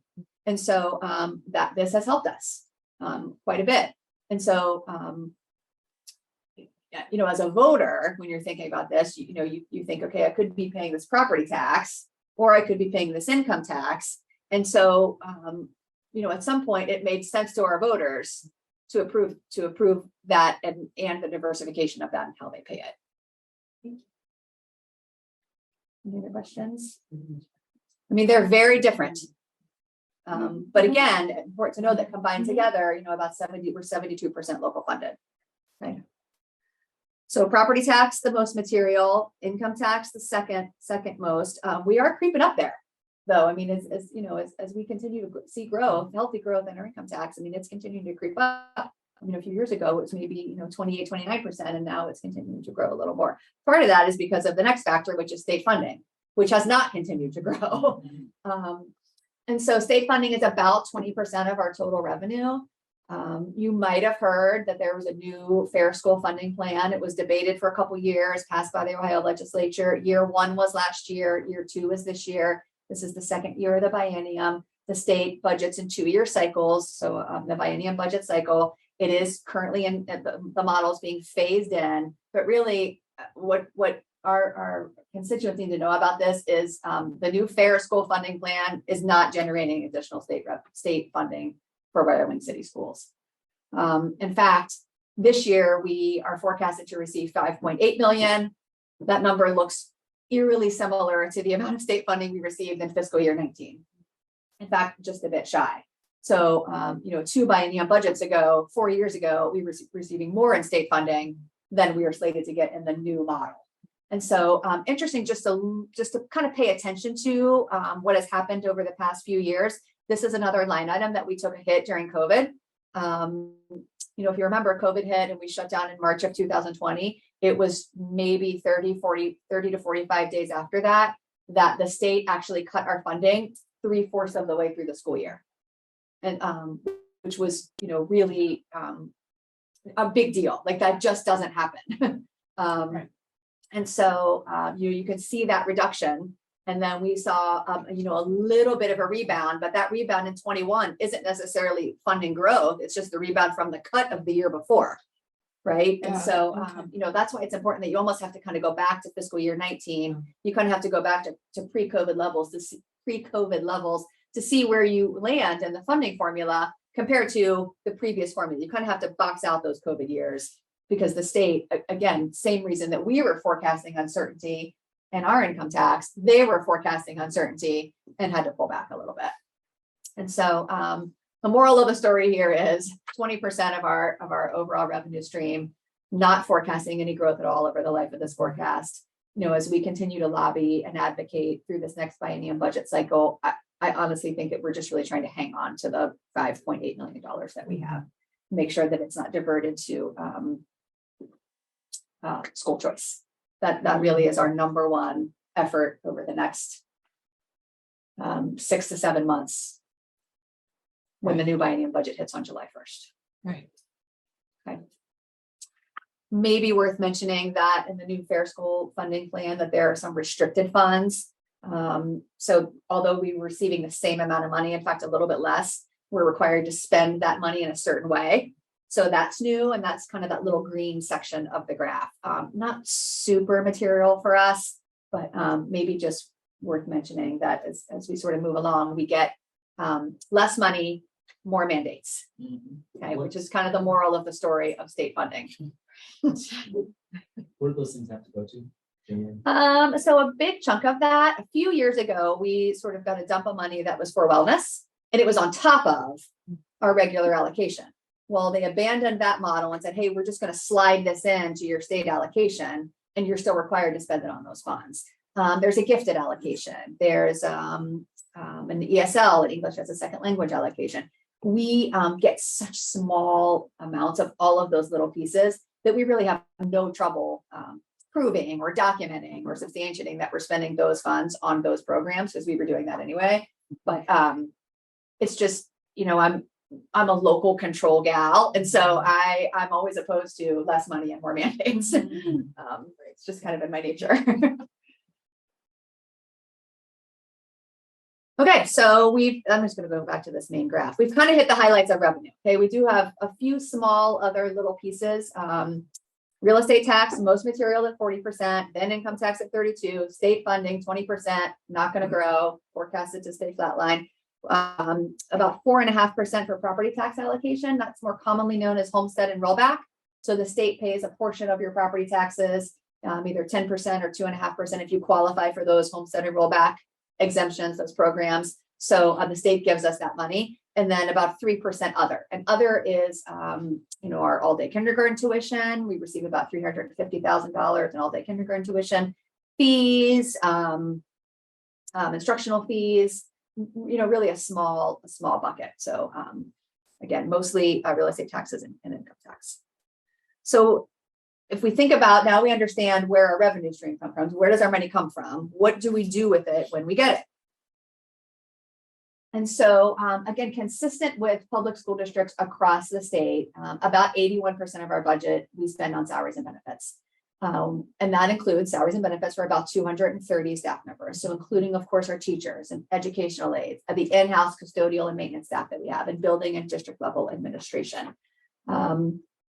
Again, that benchmark is consistent between 80 and 85% across the state. And if you think about it, it makes a lot of sense because that's what school districts do. We hire staff members to serve our kids. Okay, so we're not, you've heard me use this example before. We don't, buy raw materials and put them through some sort of process and have a cost of goods sold and make something. That isn't the source of our expenditures. We hire staff members to serve our students and our buildings and our school community. And so we're right on that benchmark. I have forecasted some growth in both of those line items over the next 5 years. We are seeing some inflationary pressure on things like health insurance. So that could be one of those areas that might take a turn, maybe a little higher than what I have forecasted. Also, maybe worth mentioning that this forecast assumes current contributions to both STRS and SCRS. There is, there has been a bill introduced that would increase the district's contribution towards the state teachers retirement system. Hasn't had any movement yet, but again, that would be something that if it's passed is not included in this forecast and would have a material impact on our expenditures. So it's important to know what's in there and sometimes more important to know what's not. Okay, so it assumes current law, current structures, a trend increase on health insurance, but those things are all just kind of taking shape in different ways. So about 80%, 81% on salaries and benefits. The next biggest piece of our expenditures is something that we call purchase services. And I know that's kind of like treasurer lingo. And so I tried to spell some of that out for you and give you some examples. And so I like to think of this similar to you would think of fixed costs in your home. So, we have to pay utilities. You have to pay utilities in your home. You have to have insurance. We have to have insurance. Some other fixed costs for us are things like transportation. We don't transport our high school students, and we transport our K-8 students outside of 1.25 miles. But so we're not quite at state minimum transportation because state minimum is 2 miles. But we don't transport. Why am I having trouble with that word? We don't transport. Run with it. We don't transport our high school students. So I share that with you because some of these items, in districts, not us because we haven't been in this position, but if districts find themselves in a position where you have to cut costs, normally something like transportation is the first piece of the dialogue. Right. Well, this district made that choice 40 years ago. Okay, so we at Wyoming has traditionally been a district that focuses their resources on instruction. And so I think that you see that show up in and it's aligned to our strategic plan, but you see it show up in a couple different ways on this forecast. Transportation is one of those things, a difficult decision, but also allows you to prioritize resources towards instruction. Other pieces of things that we like to think about in terms of fixed costs. We don't hire all of our maintenance and custodial staff in-house. We do some, but again, did an analysis and realized that we had some cost savings opportunity by doing that, outsourcing some of those positions through attrition. So as folks either resign or retire, then we shift over to the contracting those services. That's a purchase service. Same with our technology services. We partnered a few years ago with a technology team that is best practice, first in class, and serving the education market for many, many years. And so we don't hire those folks in-house. We purchase that service. Substitute procurement is a big one. You can see it up there, about $275,000. We partner with the Hamilton County ESC to procure our subs for us. And so that necessarily wasn't a cost savings measure from the get-go, but ends up being a cost savings measure because we didn't have the capacity to continue to do that in-house. I mean, that's just a really big job. And so they have a system to do that. And then there are some student services there. And then you can see, I tried to break those down for you a little bit, the mandated college credit plus, we don't house a preschool here in Wyoming City Schools. So we contract for preschool services. Folks might be surprised to know that, we pay out about $100,000 for our students to take AP exams. You see that on the revenue side, that was part of miscellaneous revenue, but it shows up on the expense side too. And then we have some students who are placed at other options that are the best place for them to receive their education. So those are things that we purchase.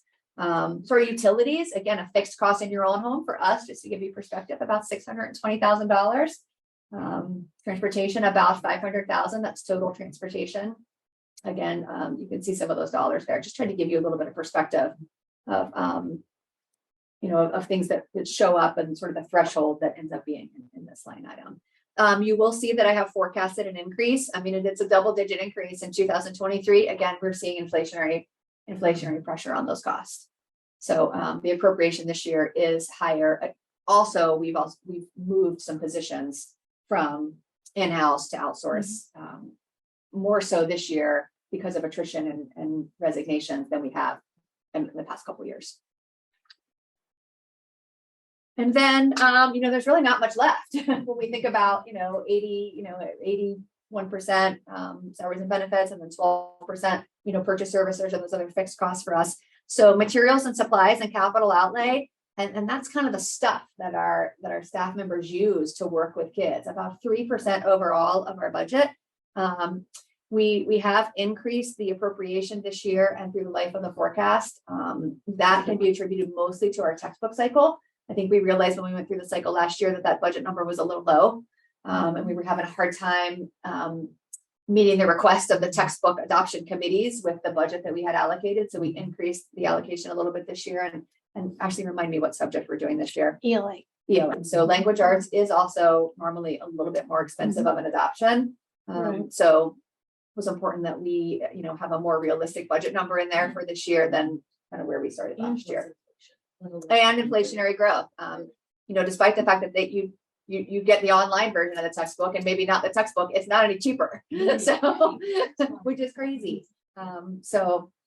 Continue to monitor that moving forward. And then on the capital outlay side, this is really about our technology plan, both devices and infrastructure. And you can see 22 and 23 are lower cost years, and then 24 through 27 rebound a little bit.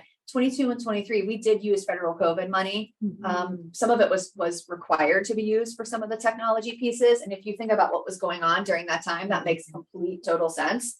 And so we had some of that, absolutely the devices, but we also had the infrastructure and our technology plan. And we just kind of maybe sped up some of those decisions because we had to use those dollars, and it helped prepare both our middle school and our high school. We've been very deliberate about how we're allocating resources to the primary as we embark on a primary facility plan.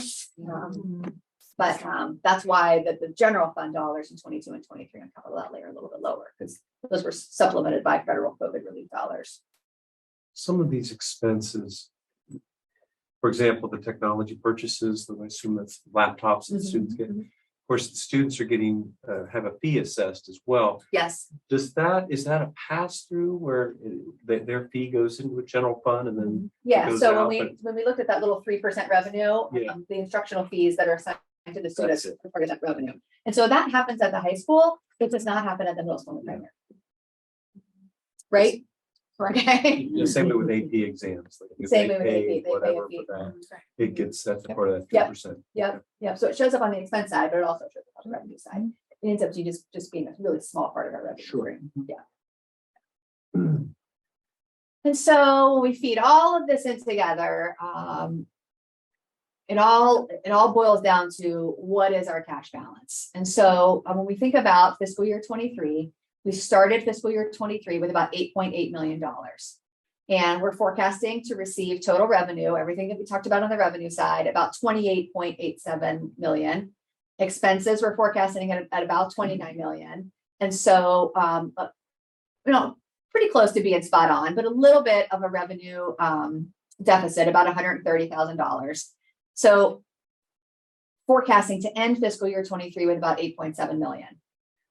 We know that we're closely monitoring that bottom cash balance line in alignment with our cash balance policy.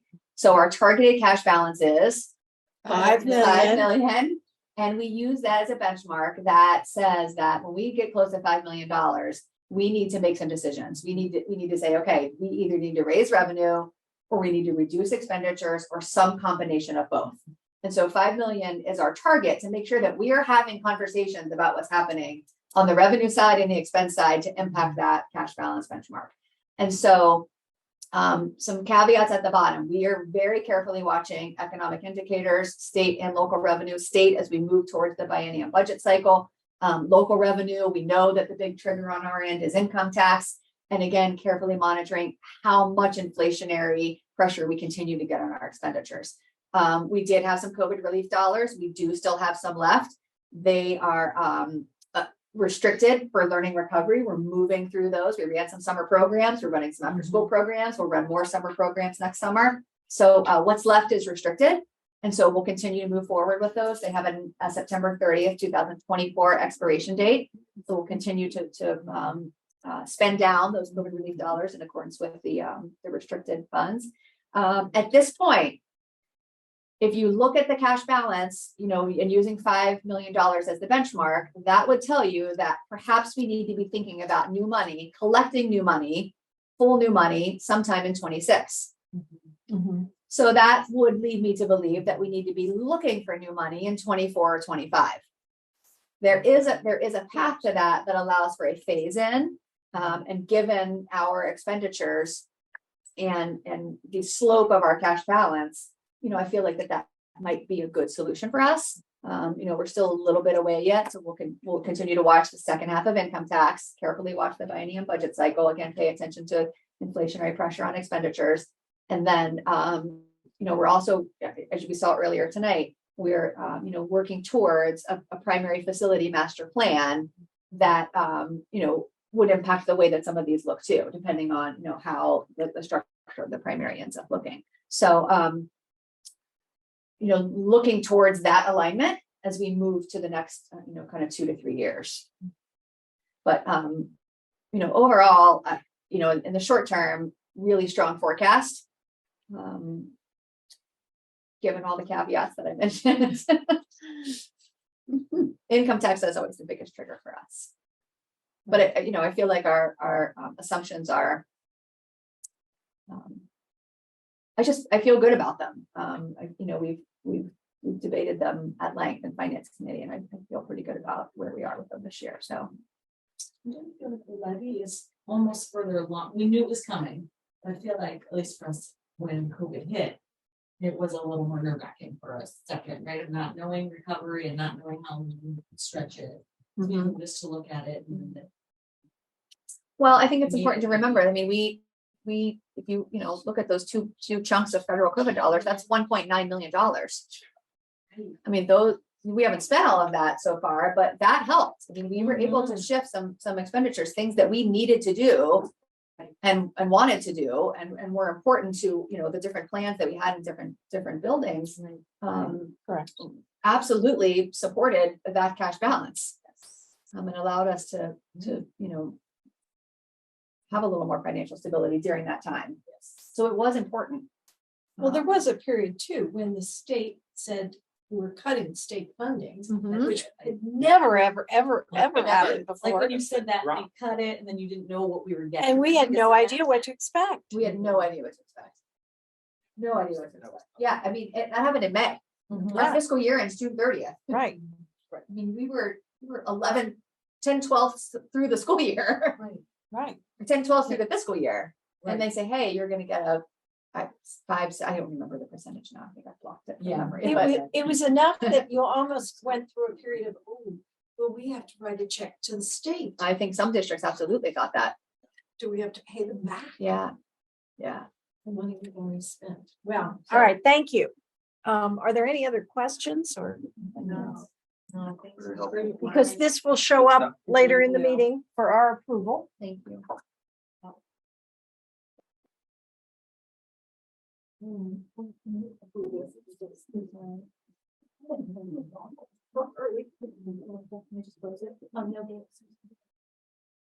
All right, so we're gonna move on then, if that's okay. Yep.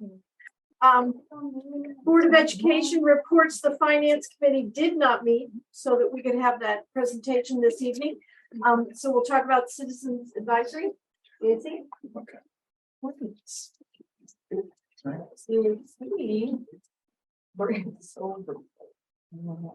that. Go ahead. Okay, just that we had, a meeting on November 8th. Again, continued our teams, weighted grades, gifted, services, continued their research. So that was the last meeting, November 8th. There is a meeting next week. And we're talking about possibly some adjustments to that because we've got the December 6th conversations, for primary facility scheduled. So we'll have to think about what's the best thing to do. We want to make sure that those folks have access to that community conversation. So they shift a little bit and have teams be on the road, but we have not communicated that yet to CCs. Okay, thank you. Superintendent Committee Liaison Reports, the Belonging Committee met November 15th. Do you want to report to us, Belonging?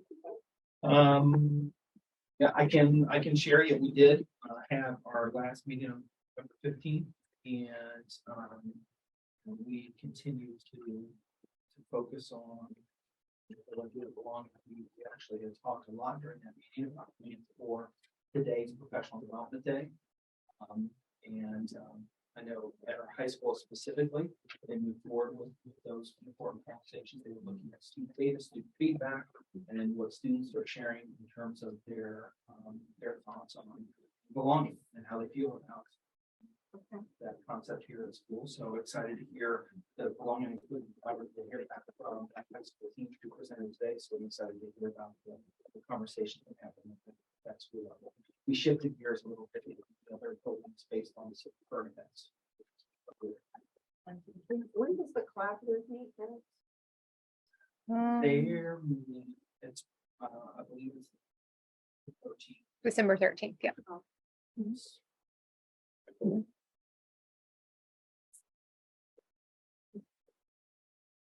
All right, thank you. Community engagement. Lots going on.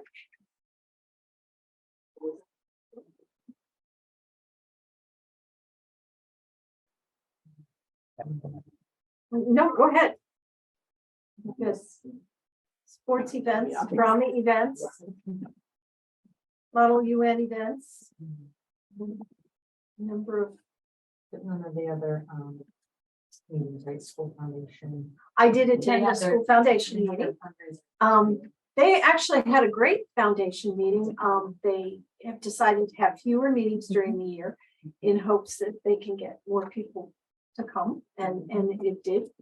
And then they broke into their work groups, but I shared with them some of the things that were going on, and I think one thing that they really were excited to hear about was the facilities.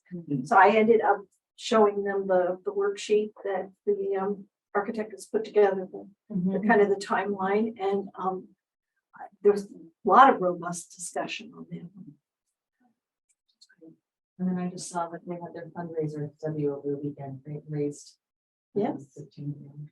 Yeah. That was fun. And they are right in the middle of their annual request for too. So you probably each received a solicitation. We attended the Pinhole Photography Art Project last Yes. Monday, and Last Monday. always neat to see what the 8th graders are doing. I believe it was 8th grade focused exclusively. Yeah, talk about innovation. Just really a wonderful display. A lot of creativity. Great event. Yeah, great. all done with a camera they made themselves. Totally, yeah. It's nice to see it back in action. My son reminded me that they weren't able to do it during this year. COVID shut down, so the fact that it's back in full force. It's a Good. really good night. Jeannie, you mentioned our football team, they did very well on Saturday, and so they'll play in the state championship this coming Saturday, which is absolutely outstanding. Will there be, I don't know if I should ask this at the meeting, but I'm just curious if there's a spirit bus. Is that Working on determined? this. I'm not sure. Yes. People who want to go to the game to ride up or to sit off. or Like what. students, you know, I mean, We're working on it today. I just said that will come. Drive them back. Yeah. Get the friend go. Both fans are all in And the game will be in Keenan, Yeah. Oh. right, so it's, 4 hours. it's not Columbus, Yeah. right? Can't. Yes. Yeah, we did have. And they can go on the bus and go to sleep, the driver just gotta stay awake. Right. So that's why the bus will be more relevant. Would come back this night. Yes. Yeah. Yes. Sorry, this is not. Well, the team. The team. No, the team's today planning. With the spirit bus, with only the students and not their parents, is going to come home. Right. Okay, yeah. Yeah. All right, thank you. Any other community engagement? Then we'll move on. Do you? Did you want? Yeah, go ahead. All right. At the communications audit. So Yes. it's just in support of our strategic plan to make sure that we are building structures to strengthen partnerships with our students and our families and our community members. We're going to undergo a communication audit. We're doing that facilitated by the Hamilton County Educational Service Center. Probably take 5 to 6, 7 weeks. It will entail probably some Google surveys to our stakeholder groups, some focus groups, a review of the materials that we're sending out.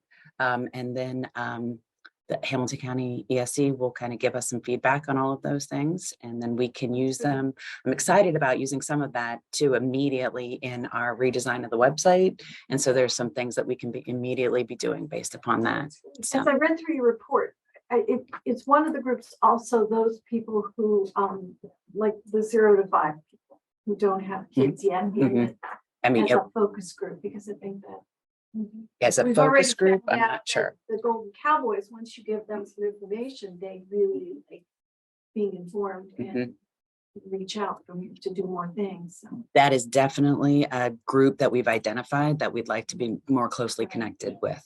So The other person I was thinking of after I read your report, I wrote the list, the person who has put together a master calendar, not just schools, but community. Can we make sure that there's some conversation with her, both how she put it together and maybe what challenges she's come up against? Because every once in a while, I think she asks people for information. It would be nice to see how successful it is, or if she's found that once more people are saying, oh gosh, I just don't know where to look. Thank you. it will most likely be maybe end of January, end of February. We've got some other survey and some other works in some other areas. So it will probably be February, March timeframe. Okay. Terrific.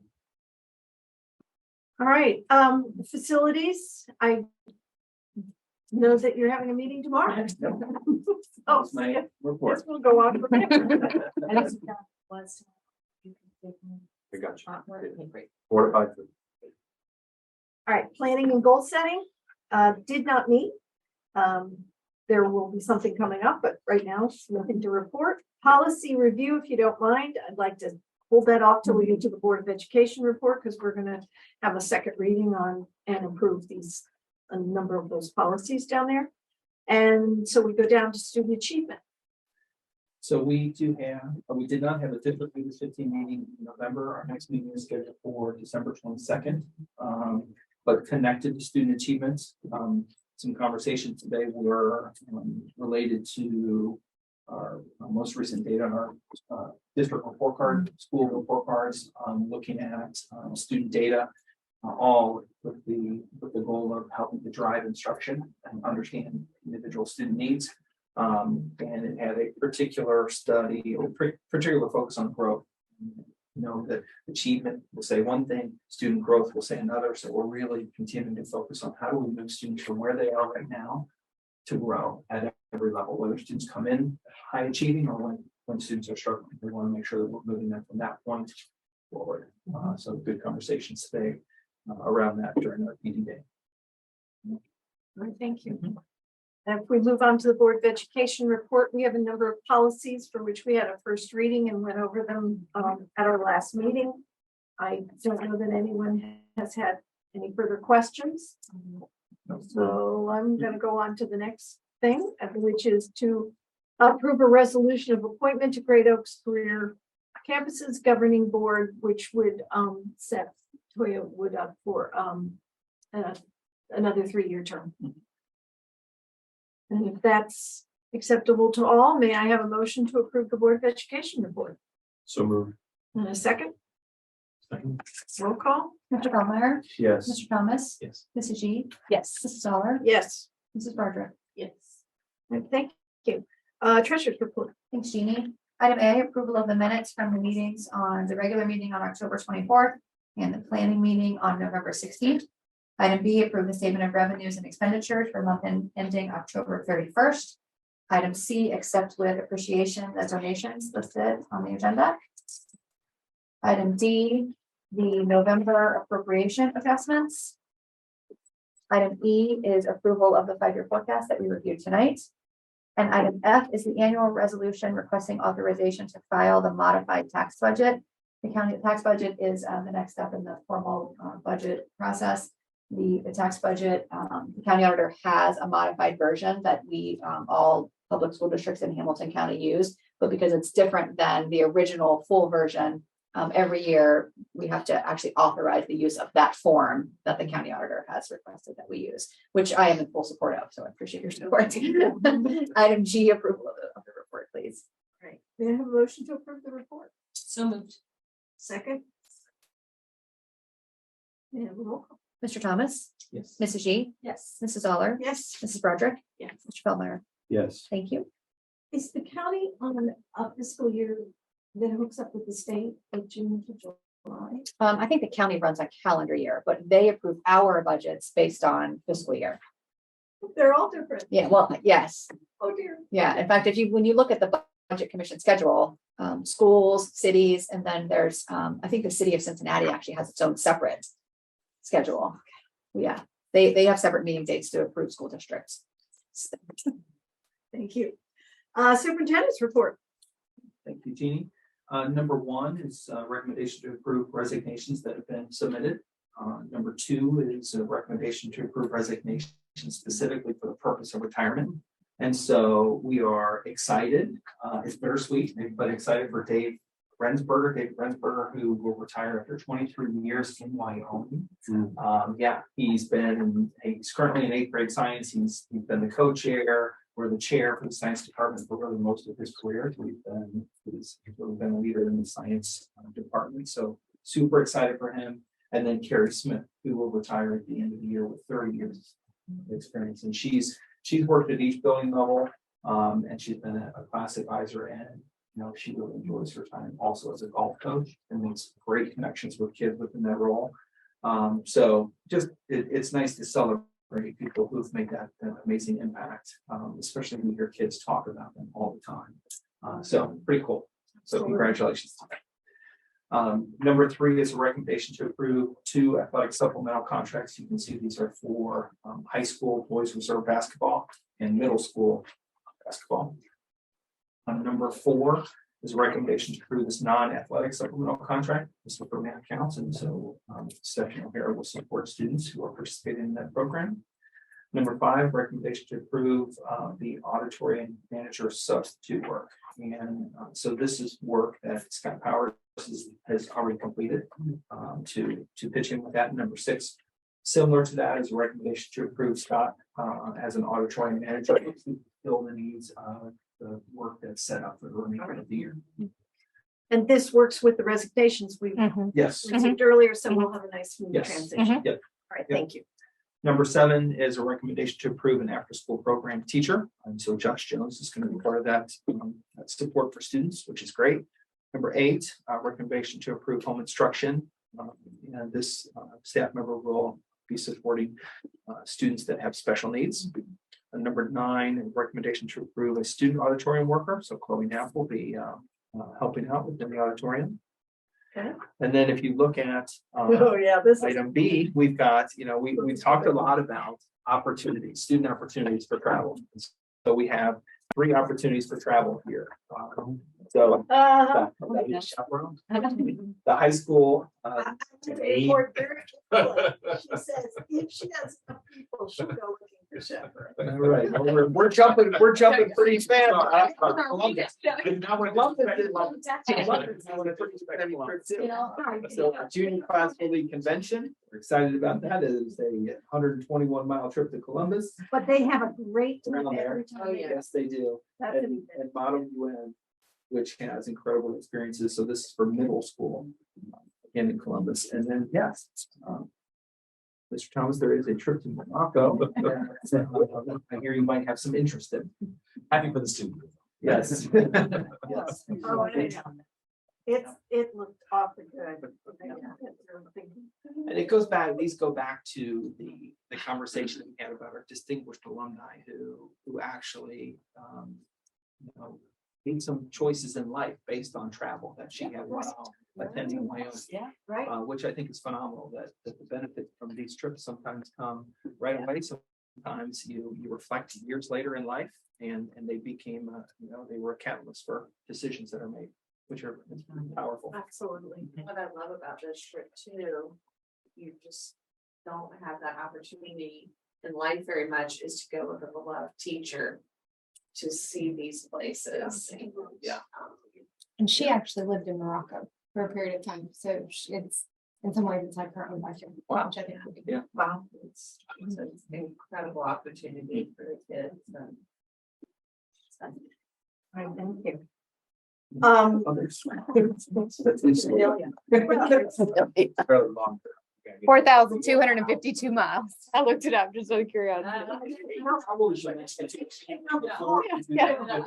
Yeah, exactly. 10 days, that's the problem. May I have a motion to approve the superintendent's report? And I will second. And may I have a roll call? Mrs. G? Yes. Mrs. Zoller? Yes. Mrs. Frederick? Yeah. Mr. Bellmeyer? Yes. Mr. Thomas? Yes. Thank you. Thank you. So we're ready for a superintendent's update. Okay, I have a different kind of an update today, and I really just wanted to speak for a moment about the power of the Wyoming City Schools family, which I have felt in the past week in many great ways. So I've got some notes, and I apologize. I'm going to just kind of look at these and share these with you because they're important. As you know, we've recently shared the loss of an 4th grade teacher, Tana Novak. And Tana has impacted students, staff, families, our Wyoming community in many great ways. And every day I'm learning more and more about the impact that she has had on others and the fact that she will be missed so much. So today, as we came back from Thanksgiving holiday, today was really about providing the social and emotional supports to our staff members and to our students who we know are coming back into our classrooms tomorrow. So just to share a few things that happened, this morning we had the opportunity to come together as a district in support of the Novak family, each other and our students. So we started our day being connected, which was important. We leaned on the resources in our Wyoming community heavily during the day today, as we had specialists in the area of crisis intervention with Reverend Dr. Amy Snow and Rabbi Dave Burstein, who came to our primary and middle schools today to speak with staff. And they were speaking with staff about how to support one another and what to be watchful of and how to support students as they come in tomorrow, but ongoing. So it's really about the supports that need to be in place long term, which was super powerful. And then we also leaned heavily on our internal crisis team to support folks that potentially needed that support today and in the coming days.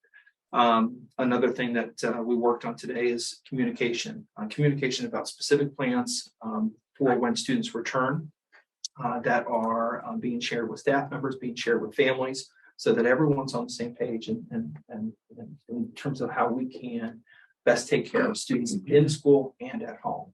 And so those communication pieces are huge. So a large part of the day was really dedicated to those supports. And so as I think about that, just want to mention, that I appreciate our staff and the courageous ways that they are moving forward to support one another and to support our students through intentional planning, communication, and connecting. I appreciate our Wyoming community as a resource and as a support, which is special. I mean, we are lucky to live in this community and to have these resources that can help us be better. And it's interesting, I made a note here too. I appreciate the district's mission, vision, and strategic plan. And as I think about the team that built that strategic plan, and when I saw what was happening today, we had opportunities to grow within teaching and learning. We had opportunities to grow within conversations around belonging. But the critical conversations also today were really about social and emotional health of our staff and our students and the power that came from those conversations. And also the focus on communication and the whole idea of partnership. Partnership was happening throughout the entire district today, which was awesome to see in such a difficult time. So, today I said certainly highlighted the importance of social and emotional well-being and our efforts today. I think we're powerful in supporting others. And then also, I do say it a lot that the partnership between students, staff, families, and our community in Wyoming is what makes the difference. And today it really showed that. And I just couldn't be more thankful to be in a community where that's the plan. That's the way it works. And all those pieces came together today and in the last week to support folks through a tough time. That's my update. I think we've all been active, and I believe there are some plans too for the remembrance service. So, I wasn't able to join this morning, the walk and things, but I really appreciate what the plan was to care for the care nurse, as it relates to teachers and just all the people who are going to be dealing with children and while processing. But it's just, it helps a lot. It matters a lot. It's a really big deal. And to your point, it's one of those things that reminds me and some of those people coming from our community, there are people who live here, kids are in the buildings and stuff too. So it's just a neat reflection on the capability, the resource that's in our community, their willingness to step in and be like, you can use me where, tell me where to go, tell me what to do, how can I help? Yep. That's really what it was. right, good, thank you.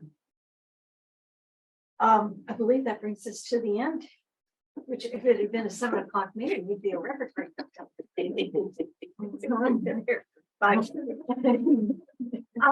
May I have a motion to adjourn? May I have a second? May I have a roll call? Mrs. Miller? Yes. Mrs. Berger? Yeah. Mr. Bellmeyer? Yes. Mr. Thomas? Yes. Mrs. G? Yes, thank you. All right, thank you. We're officially adjourned.